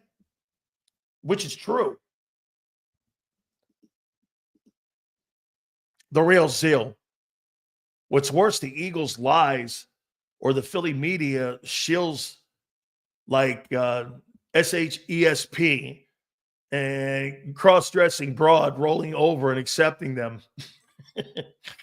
I like the latter one, cross-dressing broad. Oh, my. Hey, look at this one, Xander. Cross-dressing broad. Very well done there, Zeal. Okay? Hey, Zeal, very well done there, man.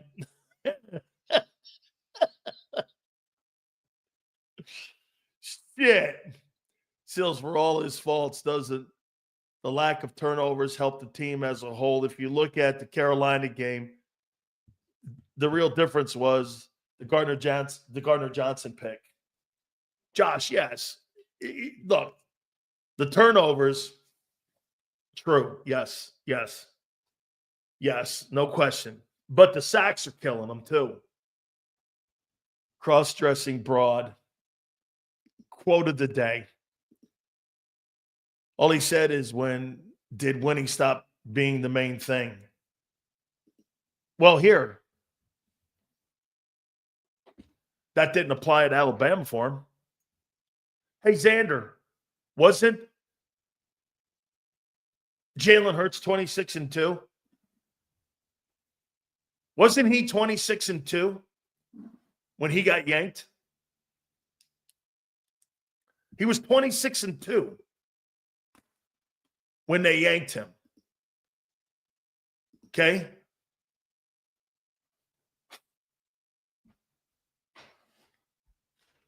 I mean, he got yanked for a better player. because somebody was going to play more and better than him. Yes, it is. You should start doing chat of the day. I like that. Chat of the day. Take of the day. Post of the day. I actually like that.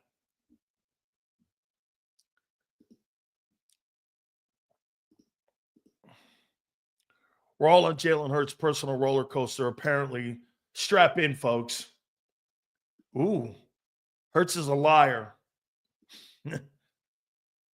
Shout out to Randy Moss, all the best. You should do idiot of the day too. Well, fuck, you'd clean up, man. You'd be like Beyonce with like 28 Grammy Awards, senorita. Fuck, man, you come home with about 30 of them. Who's the all-time winner, biggest idiot in the Sileo show? Senorita. With his ass-kissing Hurts takes.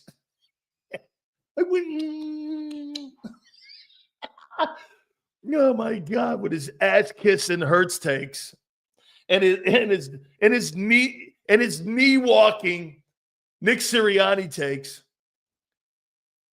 It might not be pretty, but he definitely wins. I would much rather have that than a guy like Dak that chokes every game, big game he plays. Hey, all I say to you is this. Dude, if you think that guy is going to win you a Super Bowl, you're high. He is not. I said Jalen Hurts sucks at throwing the ball and hates it. I like Senor, man. He's good. I always believed in Hurts. He finds a way to win and plays quarterback like a point guard. That's how I like him playing. Josh Allen against the Rams, play the same way. Y'all just look at a different way. AJ mad. They are running more and wants them to pass, which is why he said passing. Jalen originally said, oh my God, you're really going to dissect that whole thing? Hey, like Pumper said, it must be the other passer. Dude, don't dissect that stupid shit. AJ, hey, get this. Here, I'll play the role here. Passing game sucks. Got to be better. We just got to be better. And now fast forward 2 days later. You ready? Yeah, I wasn't really talking about him. I was talking about the passing game in itself. The passing game has to improve. Wasn't really taking a shot at Jalen. I was just saying the passing game's got to improve. Dude, you sound like Senorita. Come on now. Hang on here. Wait a minute. Hey, I was talking about Hurts. Hey, I wasn't talking about Hurts. Just want y'all to know. I was talking about the passing game. Oh. Okay. Look at this guy. This guy's got the second worst passing offense in pro football. Hey, man. 3 touchdowns a game this year. He's really great. Can you imagine if a more qualified quarterback could play, what he would do? Imagine if you had somebody that was better in the pocket than him, what you would do. Hey, that guy thinks Hurts has gotten better since 22. Hey, let here, watch this. 85. Has Jalen Hurts gotten better since 2022 as a passer? Has he improved? What dynasty? You've never had a dynasty in Philadelphia except for one team, the Flyers. What dynasty are you talking about? Oh, you mean the regular season dynasty? Okay. Has he gotten better? He has? Where? Where's he gotten better? Where's he gotten better? Jalen's having a career percentage because he throws the ball 10 times a game. Turnovers. Okay, get this. and yet his sacks are exploding. He already has 36 sacks. He had 36 last year. He's got 5 games to go. So instead of throwing interceptions, he's taking minus plays and minus yardage. Okay? That's what he's doing. He's holding onto the ball too long, and he's taking sacks, and he's covering the turnovers. Jalen Hurts would rather take 3 sacks in a game. Hey, get this. Hey, who said that? Who said that? Okay? Get this. Who said that Jalen Hurts averages 3 touchdowns a game? He also averages 3 sacks a game. He also averages 3 sacks. All minus yardage.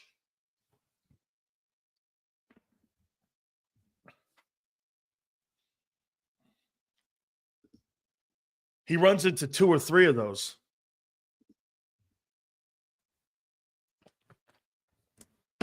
Interceptions are worse than sacks. Are they? They are. They are. I'll tell you what sacks do. Sacks take you out of field position. And that's exactly what he does. Polska, thank you so much, my friend. Please, all supers go to the top. Hey, guys, give me a total where we are on the likes. I so would like to be over 350 by the top of the hour. The only way to win a Super Bowl is to have the defense play lights out and have the offensive line and Barkley get on fire. I have to agree that Hurts isn't the pocket passer, but I might have a bias to have him win it all. Oh, good, Polska. 320 now. Thank you, guys. We talked about the Steelers. Steelers are a good football team. Mike Tomlin's a hell of a coach. We're gonna go here with Nick Sirianni here in a second, and then I'm gonna get into my top 10 list. Okay. Supers go to the top. Appreciate it. I was answering your question. What would this team be with a better quarterback? My answer was we would. Oh, okay. Thank you. Thank you, my friend. I appreciate that. Oh, yeah, you would. Dude, if you had a top 10 quarterback from the pocket, you'd never lose in the postseason. Okay? You would never lose in the postseason. Ever. So let me do a little Nick Sirianni here. And I want to show you what Angelo and I were talking about when it came to Nick talking. Here we go.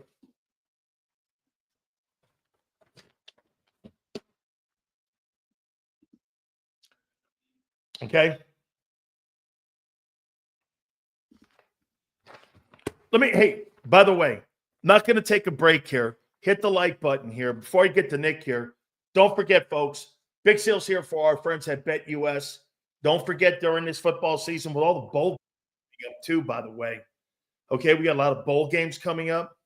The YouTube 150 is there for you as well. It gives you an opportunity to have 150% sign-in bonus up to $2K when it comes to your sign-up bonuses at BetUS. Your second and third are 125% in sign-up bonuses. And if you believe in crypto, 200% as well with your sign-up bonus. Go to betus.com.pa. That's betus.com.pa.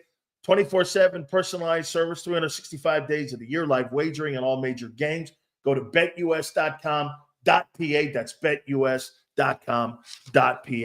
Little bit on Nick and what he said, okay?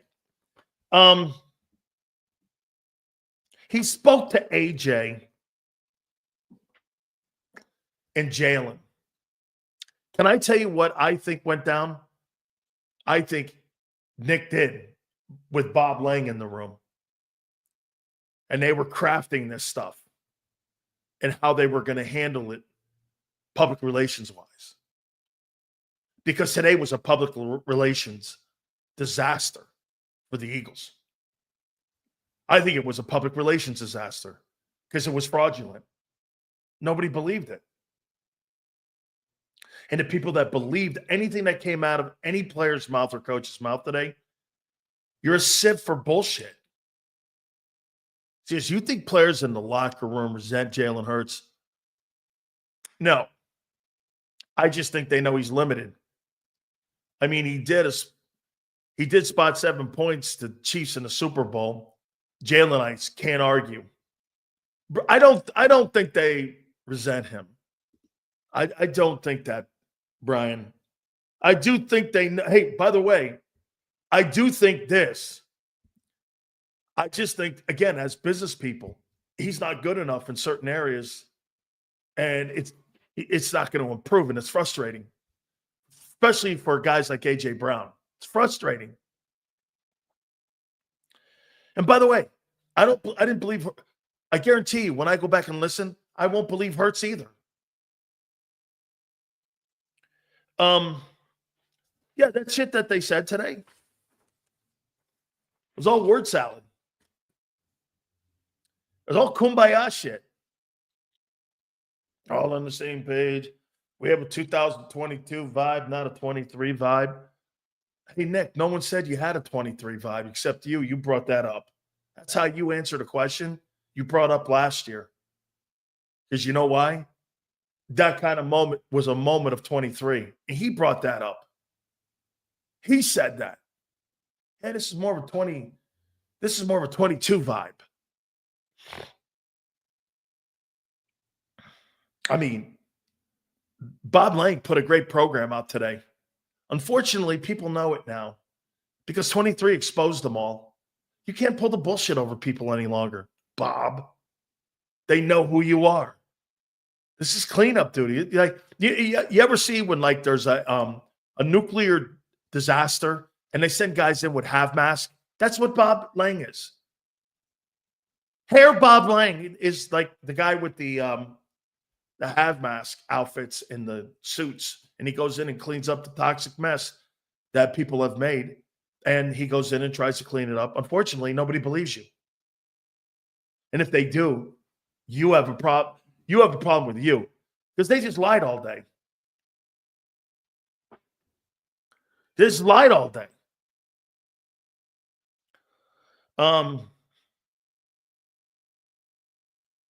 Do I think that this is as bad as a year ago? No, I don't. Could it?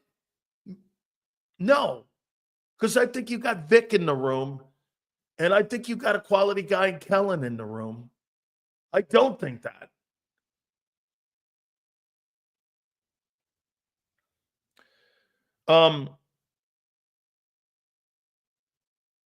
He said he talked to BG. About what? What are you talking to these players about exactly? Why did Nick Sirianni feel it in his interest to go talk to A.J. Brown and Jalen Hurts? About what? You talk to these players every single day. You're in meetings with them. Why would you go out of your way to suffice the meeting? Do you understand why it's a lie? Philly Bob, thank you. Philly Bob, let me ask you this. Do you understand why it's a lie that he spoke to the players? He says on one hand, you're around the players every day. Many of you, Yale. He says in one aspect today at the presser, you guys really don't see what's going on behind the scenes. Okay? And I see it. I'm with these guys every single day. So you guys don't get a chance to see. You see little tidbits of it. So you're telling me that you went out to tell the media that you had private individual meetings with Jalen Hurts and A.J. Brown over this, and you wouldn't just bring it up casually in a meeting when you're going over the game plan, just a casual comment if it was nothing burger? Why'd you make it a something burger by having individual meetings or dual meetings? Why did you make it into something? You understand what the Eagles did? They basically are telling you they made something out of nothing if it was a nothing burger. It doesn't make sense. One hand, he says, I see these guys every day. They got a great relationship. Well, then why did you make it into something? Because the media said? Because Brandon Graham said something? Do you understand what I'm saying to you? These people bring this self-inflicted shit on themselves all the time. Here's Samuel. I haven't even listened to it yet. I just heard Jalen Hurts' press conference. It sounded very scripted, saying it's not always going to look good, but we still got the win. Well, we still have to play to the standard and address the BG stuff. Why? If that's any kind of person, you don't address that shit. Why? You don't owe the media anything. You don't owe the media anything. Hey, what about that AJ? Let me ask you this. How do you think Belichick would have handled this? We're on to Pittsburgh. Well, you know, the wide receiver in it, we're on to Pittsburgh. Need to do better coaching. Need to play better. Special teams has to play better. Defense has to play better. Yeah. No, but what about the we're on to Pittsburgh. But what about the we're on to Pittsburgh. We're on to Pittsburgh. Did you see that? Hey, I want to show you something. I want to show you this. And you guys aren't going to be able to really see this here, but here, I want to show you this.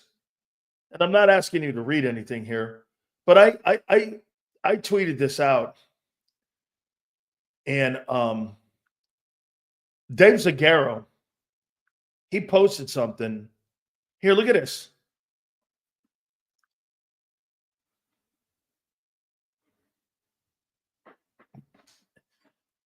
It's about a 500-word. You go to my X account. It's about a 500-word answer on the A.J. Brown and Jalen Hurts conversation. It's about 500 words.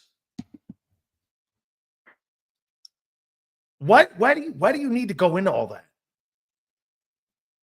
By the way, it's not important you see it because it's stupid shit. He's a dope. He goes, they know they're frustrated in the passing game.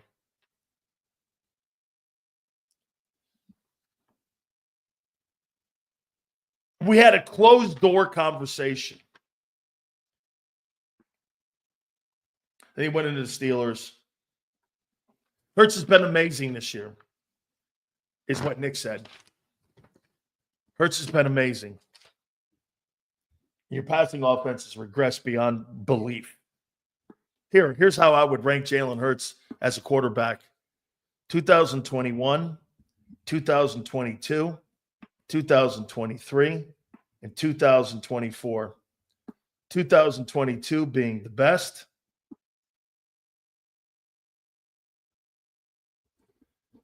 2024, 2021, and then 2023. Jalen's best years are 3 years ago. So far as a passer. Okay? Crazy.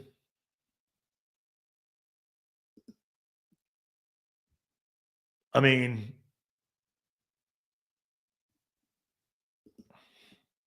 the whole problem with the passing game is so simple. The quarterback is terrified to run the ball over. He's so scared of seeing the reason to lose. Philadelphia Jalen is Ben Simmons afraid to miss. I don't know there. Jalen's offense will come with turnovers. I think he was told not to have any turnovers because we didn't think the defense was going to be this good. Hence, once we lost to Atlanta, it changed. That's an interesting take. Get this. Let me see what this. Dan, stop nitpicking, bro. You're negative in an 11-2 season because I wasn't negative. The Eagles were. I wasn't negative. I didn't bring this up. They did. See what 85 just did? He's making it sound like this is a media thing. Players brought it up. Hey, 85, what the fuck are you talking about? This was brought up by Brandon Graham and A.J. Brown. I didn't bring it up. I didn't know there was a conflict. I told you there would be one. Get this. So he's 4th in sacks taken, and his passing offense is 31st. Negative about Hurts' play all year. Yeah. Taking the ball out of his hands, less attempts. Yeah. Right. I don't think he's played well.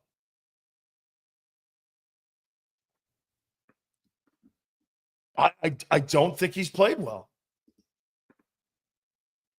Okay? No, I don't.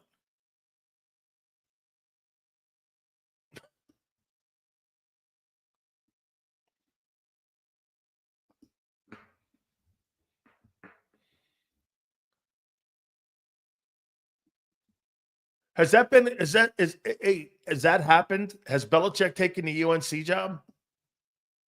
I think some fans are getting scared because of the collapse of the 10-1 season. The media needs to chill. Hey, nobody brought this up. Nobody brought this up. Hey, Pat, really? Bill Belichick took the Carolina job. Is that right? Bill Belichick to Carolina? I think that's fabulous. How in the world do you not want to go and play for Bill Belichick if you're a high school kid? Holy cow. That is fabulous. Can you imagine the amount of coaches that he's going to bring in there and how many great kids that they're going to sign? The amount of money. Carolina's got a ton of money. Don't think Nike and Michael Jordan didn't have anything to do with this. I mean, Bill Belichick's going to have everything he wants. Holy cow. Is that a great sign? You know what? And again, from what I understand, I heard that Steve is the coach in waiting. That Steve Belichick, who I think is at the University of Washington now as an assistant, I think he's the coach in waiting, that it'll go from him to Belichick, if I'm not mistaken. Okay? Wow. So much for the chasing of Don Shula. That is incredible. What an absolutely great hire that is. It's fantastic. UNC is a beautiful place. Man, I love that. UNC is a great school. It absolutely is. The biggest thing I got from Hurts' press conference, he said AJ was right to be frustrated. He agrees with him. He admitted he's not been playing well. He holds on to the ball too long. Lucius, I'm going to go back and hear that. And if he addressed those three things, that's a good thing. That's a good thing. I guarantee you that Bill Belichick will make the highest and most money of any coach in college football, and it should be over $11 million, which probably would be around $12 million. That just absolutely gave the ACC a jolt in the arm. Now you've got Carolina. By the way, now if I'm a high school kid and you're recruiting me and Bill Belichick comes to recruit me, and I got Lawrence Taylor, how much do you think Lawrence Taylor didn't have anything to do with that too? LT and Michael Jordan. You think there's any coincidence that Lawrence Taylor played? Hey, Yale, you imagine Lawrence Taylor, his greatest football player in his eyes, played at Carolina. And he's going back to where Lawrence Taylor played. That was at Carolina. Okay? I don't give a shit if Lawrence Taylor's brain's fried. He's the greatest defensive football player that's ever lived.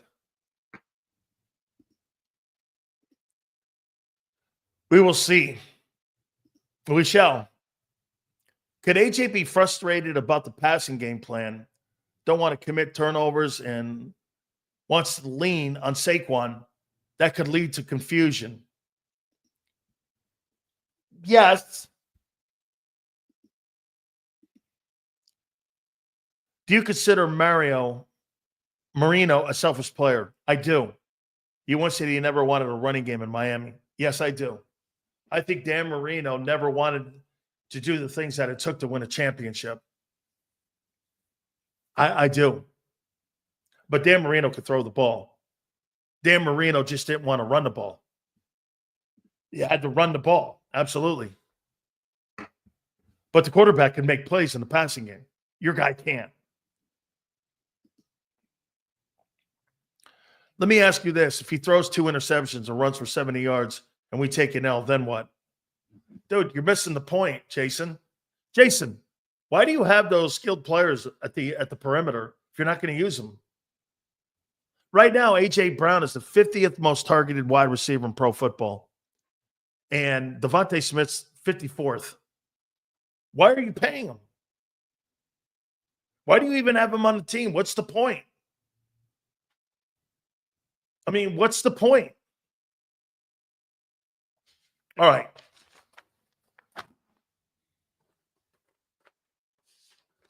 Let's do the Big Sales top 10 NFL teams.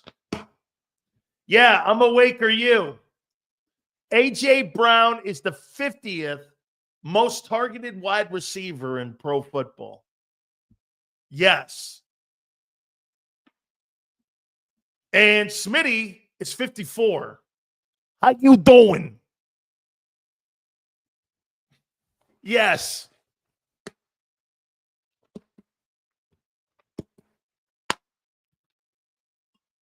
Here is the Big Sills weekly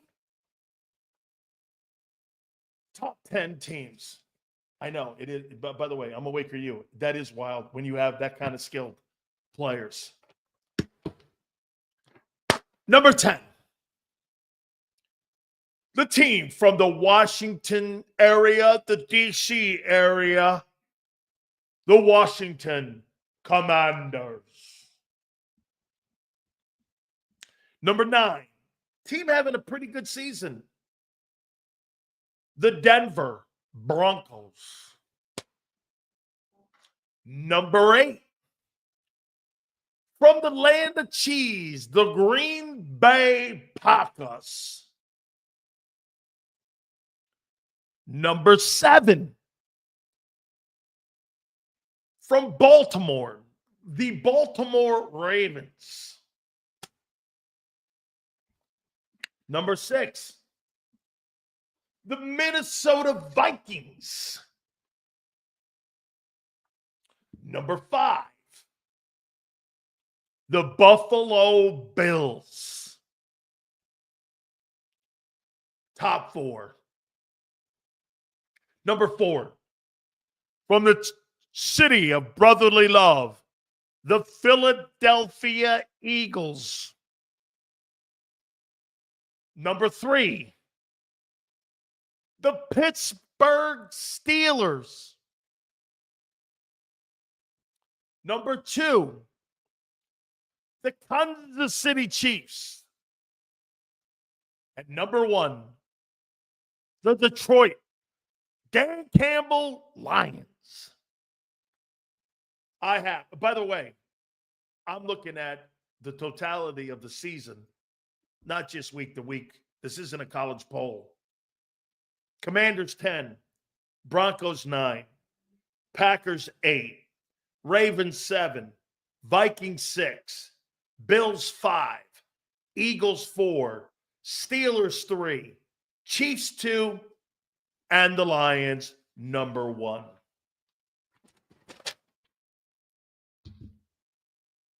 Now, here, let's read this. Bill Belichick hasn't won without Brady. He was bad in New York. Hey, B. Moore, ask yourself this. Did Bill Parcells ever win a championship without Belichick? Did he? I must have missed that. Hey, and by the way, did let me see. Did Bill Cowher ever win a championship without Roethlisberger? Did Chuck Noll ever win a Super Bowl without Terry Bradshaw? Did Bill Walsh ever win a Super Bowl without Joe Montana? Did Don Shula ever win a Super Bowl without, I mean, Reed's never, great one, Xander. Reed's never won one without Patrick Mahomes. That's a stupid comment. Every single Hall of Fame coach, except for Joe Gibbs, is tied to a quarterback. Jimmy Johnson, Troy Aikman, Belichick, Brady. Every single guy is tied to a quarterback. Lombardi, Bart Starr. Every one of them. As I said, Joe Gibbs, the only guy.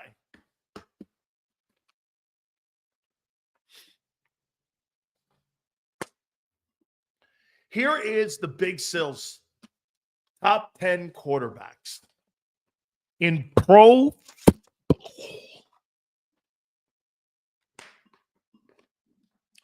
Number 10.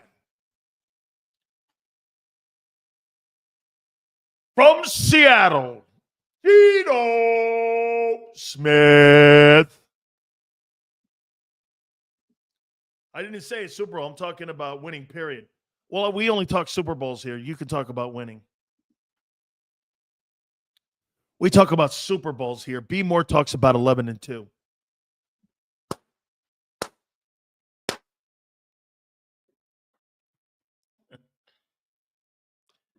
Number 9. Russell Wilson, Pittsburgh Steelers.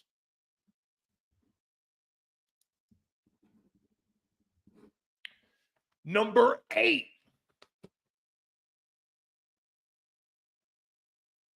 Baker Mayfield. Number 7, James Jones, boy. Jaden Daniels, the Washington Redskins.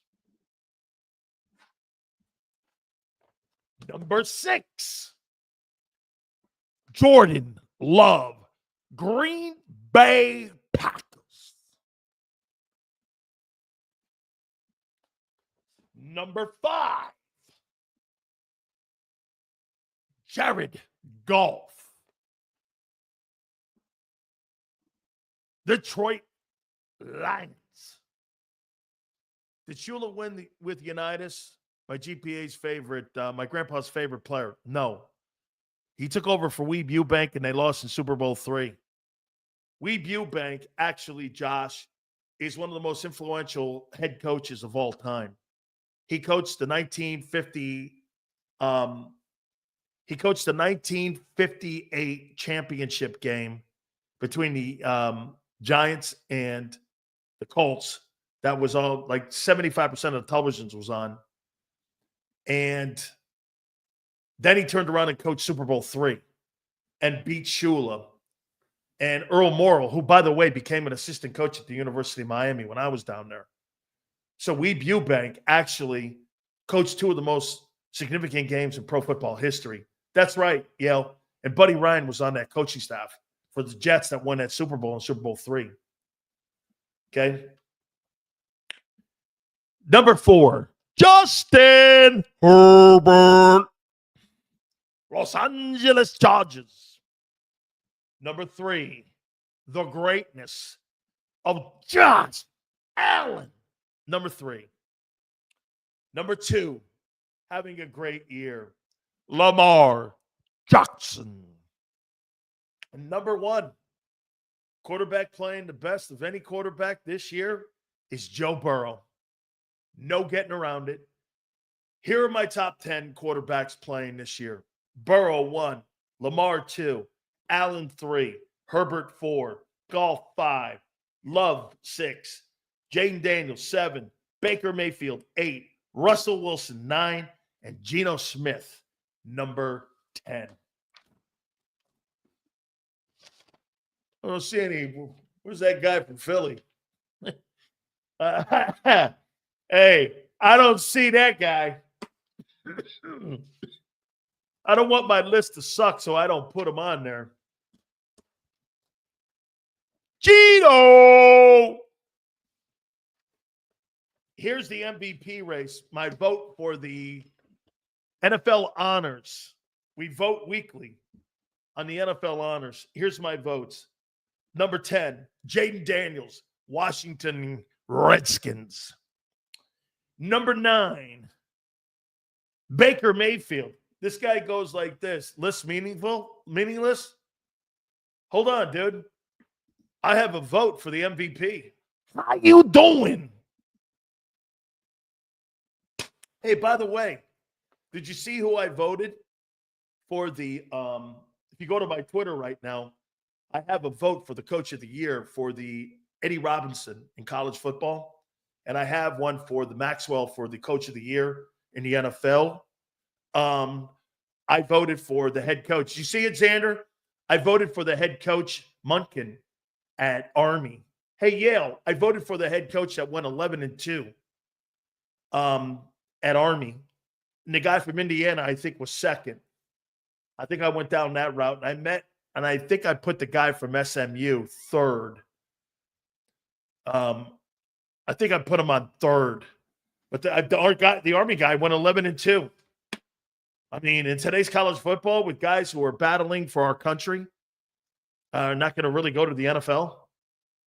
I thought it was a hell of a job. I can't wait for Army Navy this week, too. I believe it's in Landover, if I'm not mistaken. Love Army. So let me restart it. Number 10, MVP. Big Sil's vote for NFL honors, which we have a vote. Jaden Daniels, 10. Baker Mayfield, 9. Joe Burrow, 8.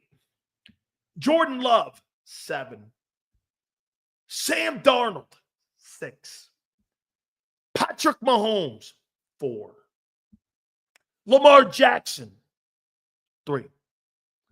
Saquon Barkley, 2. And number 1, Josh Allen, Buffalo Bills. How you doing? Yes, sir. Yes, sir, baby. How you doing? All right. Big Sil's got to do this for you guys here. We got we got one more here for you. Absolutely. Hey, guys, do me a favor. Make sure you check out our great friends at BetUS.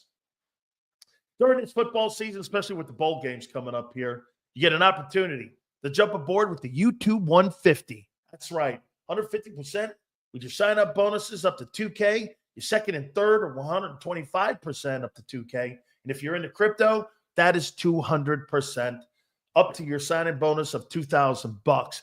Go to betus.com.pa. That's betus.com.pa. Fastest payouts in the business, 24/7 personalized service, 365 days of the year. This is the home of Michael Vick. Live wagering on all major games, college football season, pro football here during this holiday time. This is a great time to go to BetUS.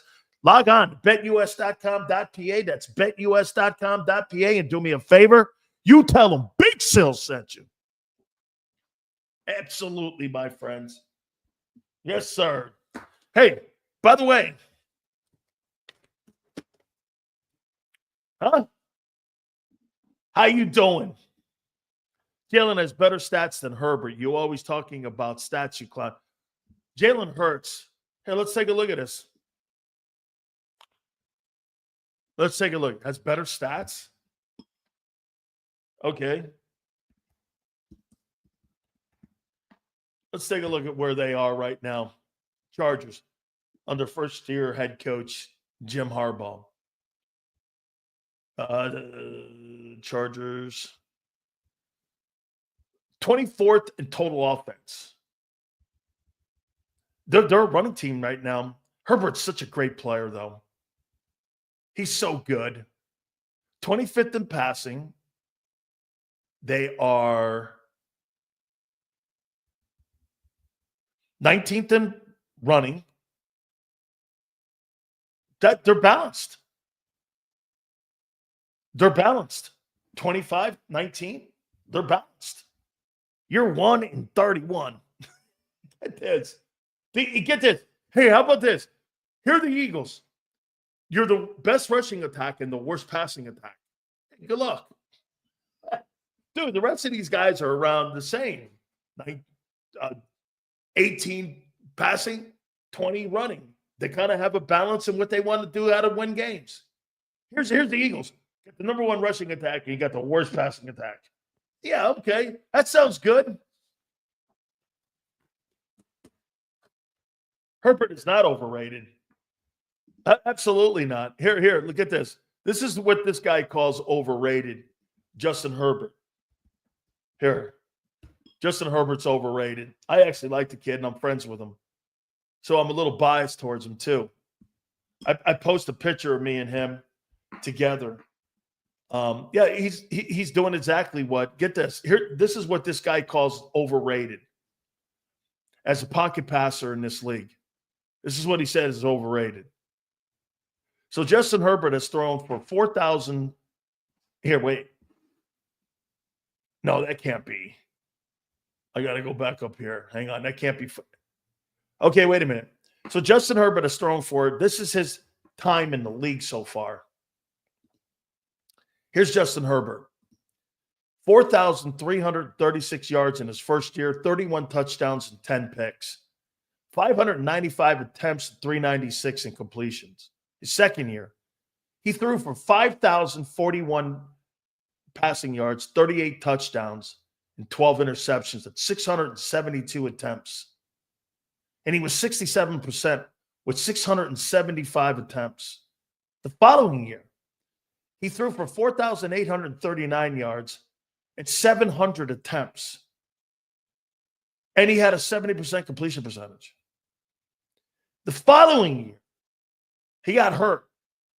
And he threw for only 3,100 because he got hurt. He missed 4 games, I think. He still threw for 25. Hey, get this. In his worst year, he threw for 3 more touchdown passes than anything Hurts has ever done. And right now, he's got, get this. This is what Justin Herbert has done. Okay? This is what Herbert has done this year. He's got 14 touchdowns and 1 pick. And they're 8-5 after the whole Brandon Staley. It's okay for Herbert that they are a running team, but not for Hurts. No, because Herbert can throw from the pocket. Your fucking guy is blind. Seriously, you might want to check his eyesight. I'm starting to think he's got glaucoma. I'm starting to think he's got glaucoma because he can't find wide open guys. Hey, seriously, here, Jalen, you need him. I'm here for you. I could send you a pair. Okay? All right? How you doing? Sills will kiss your ass as long as... Yeah. Well, no. What I do is I identify people who aren't good. Okay? Herbert's a better pocket passer. Yeah. Okay? Let's see here. We're talking about yards and TDs this season. Your argument was Herb's rookie season. No, I was talking about his totality of who he is. Sills, Lions versus Bills going to decide the MVP. Probably so. I'll tell you this. He just beat somebody, the Lions. If he wins against Josh Allen too, I don't know how Jared Goff, if he ends up with if Jared Goff ends up 16-1 and home field advantage for the Lions, And he beat all these players this year. How's he not win the MVP award? How does that guy not win the MVP? I mean, Jared Goff has done pretty much everything. Let's see. Lions will destroy the Bills. The Rams did that to them.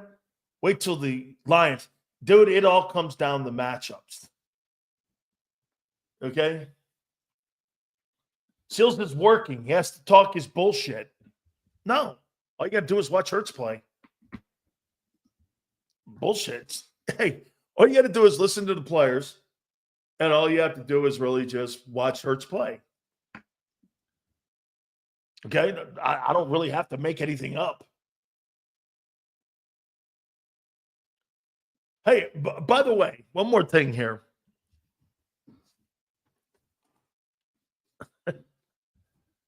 Let's see. Let me make my list because everyone, including Xander, said I've been 1,000% wrong.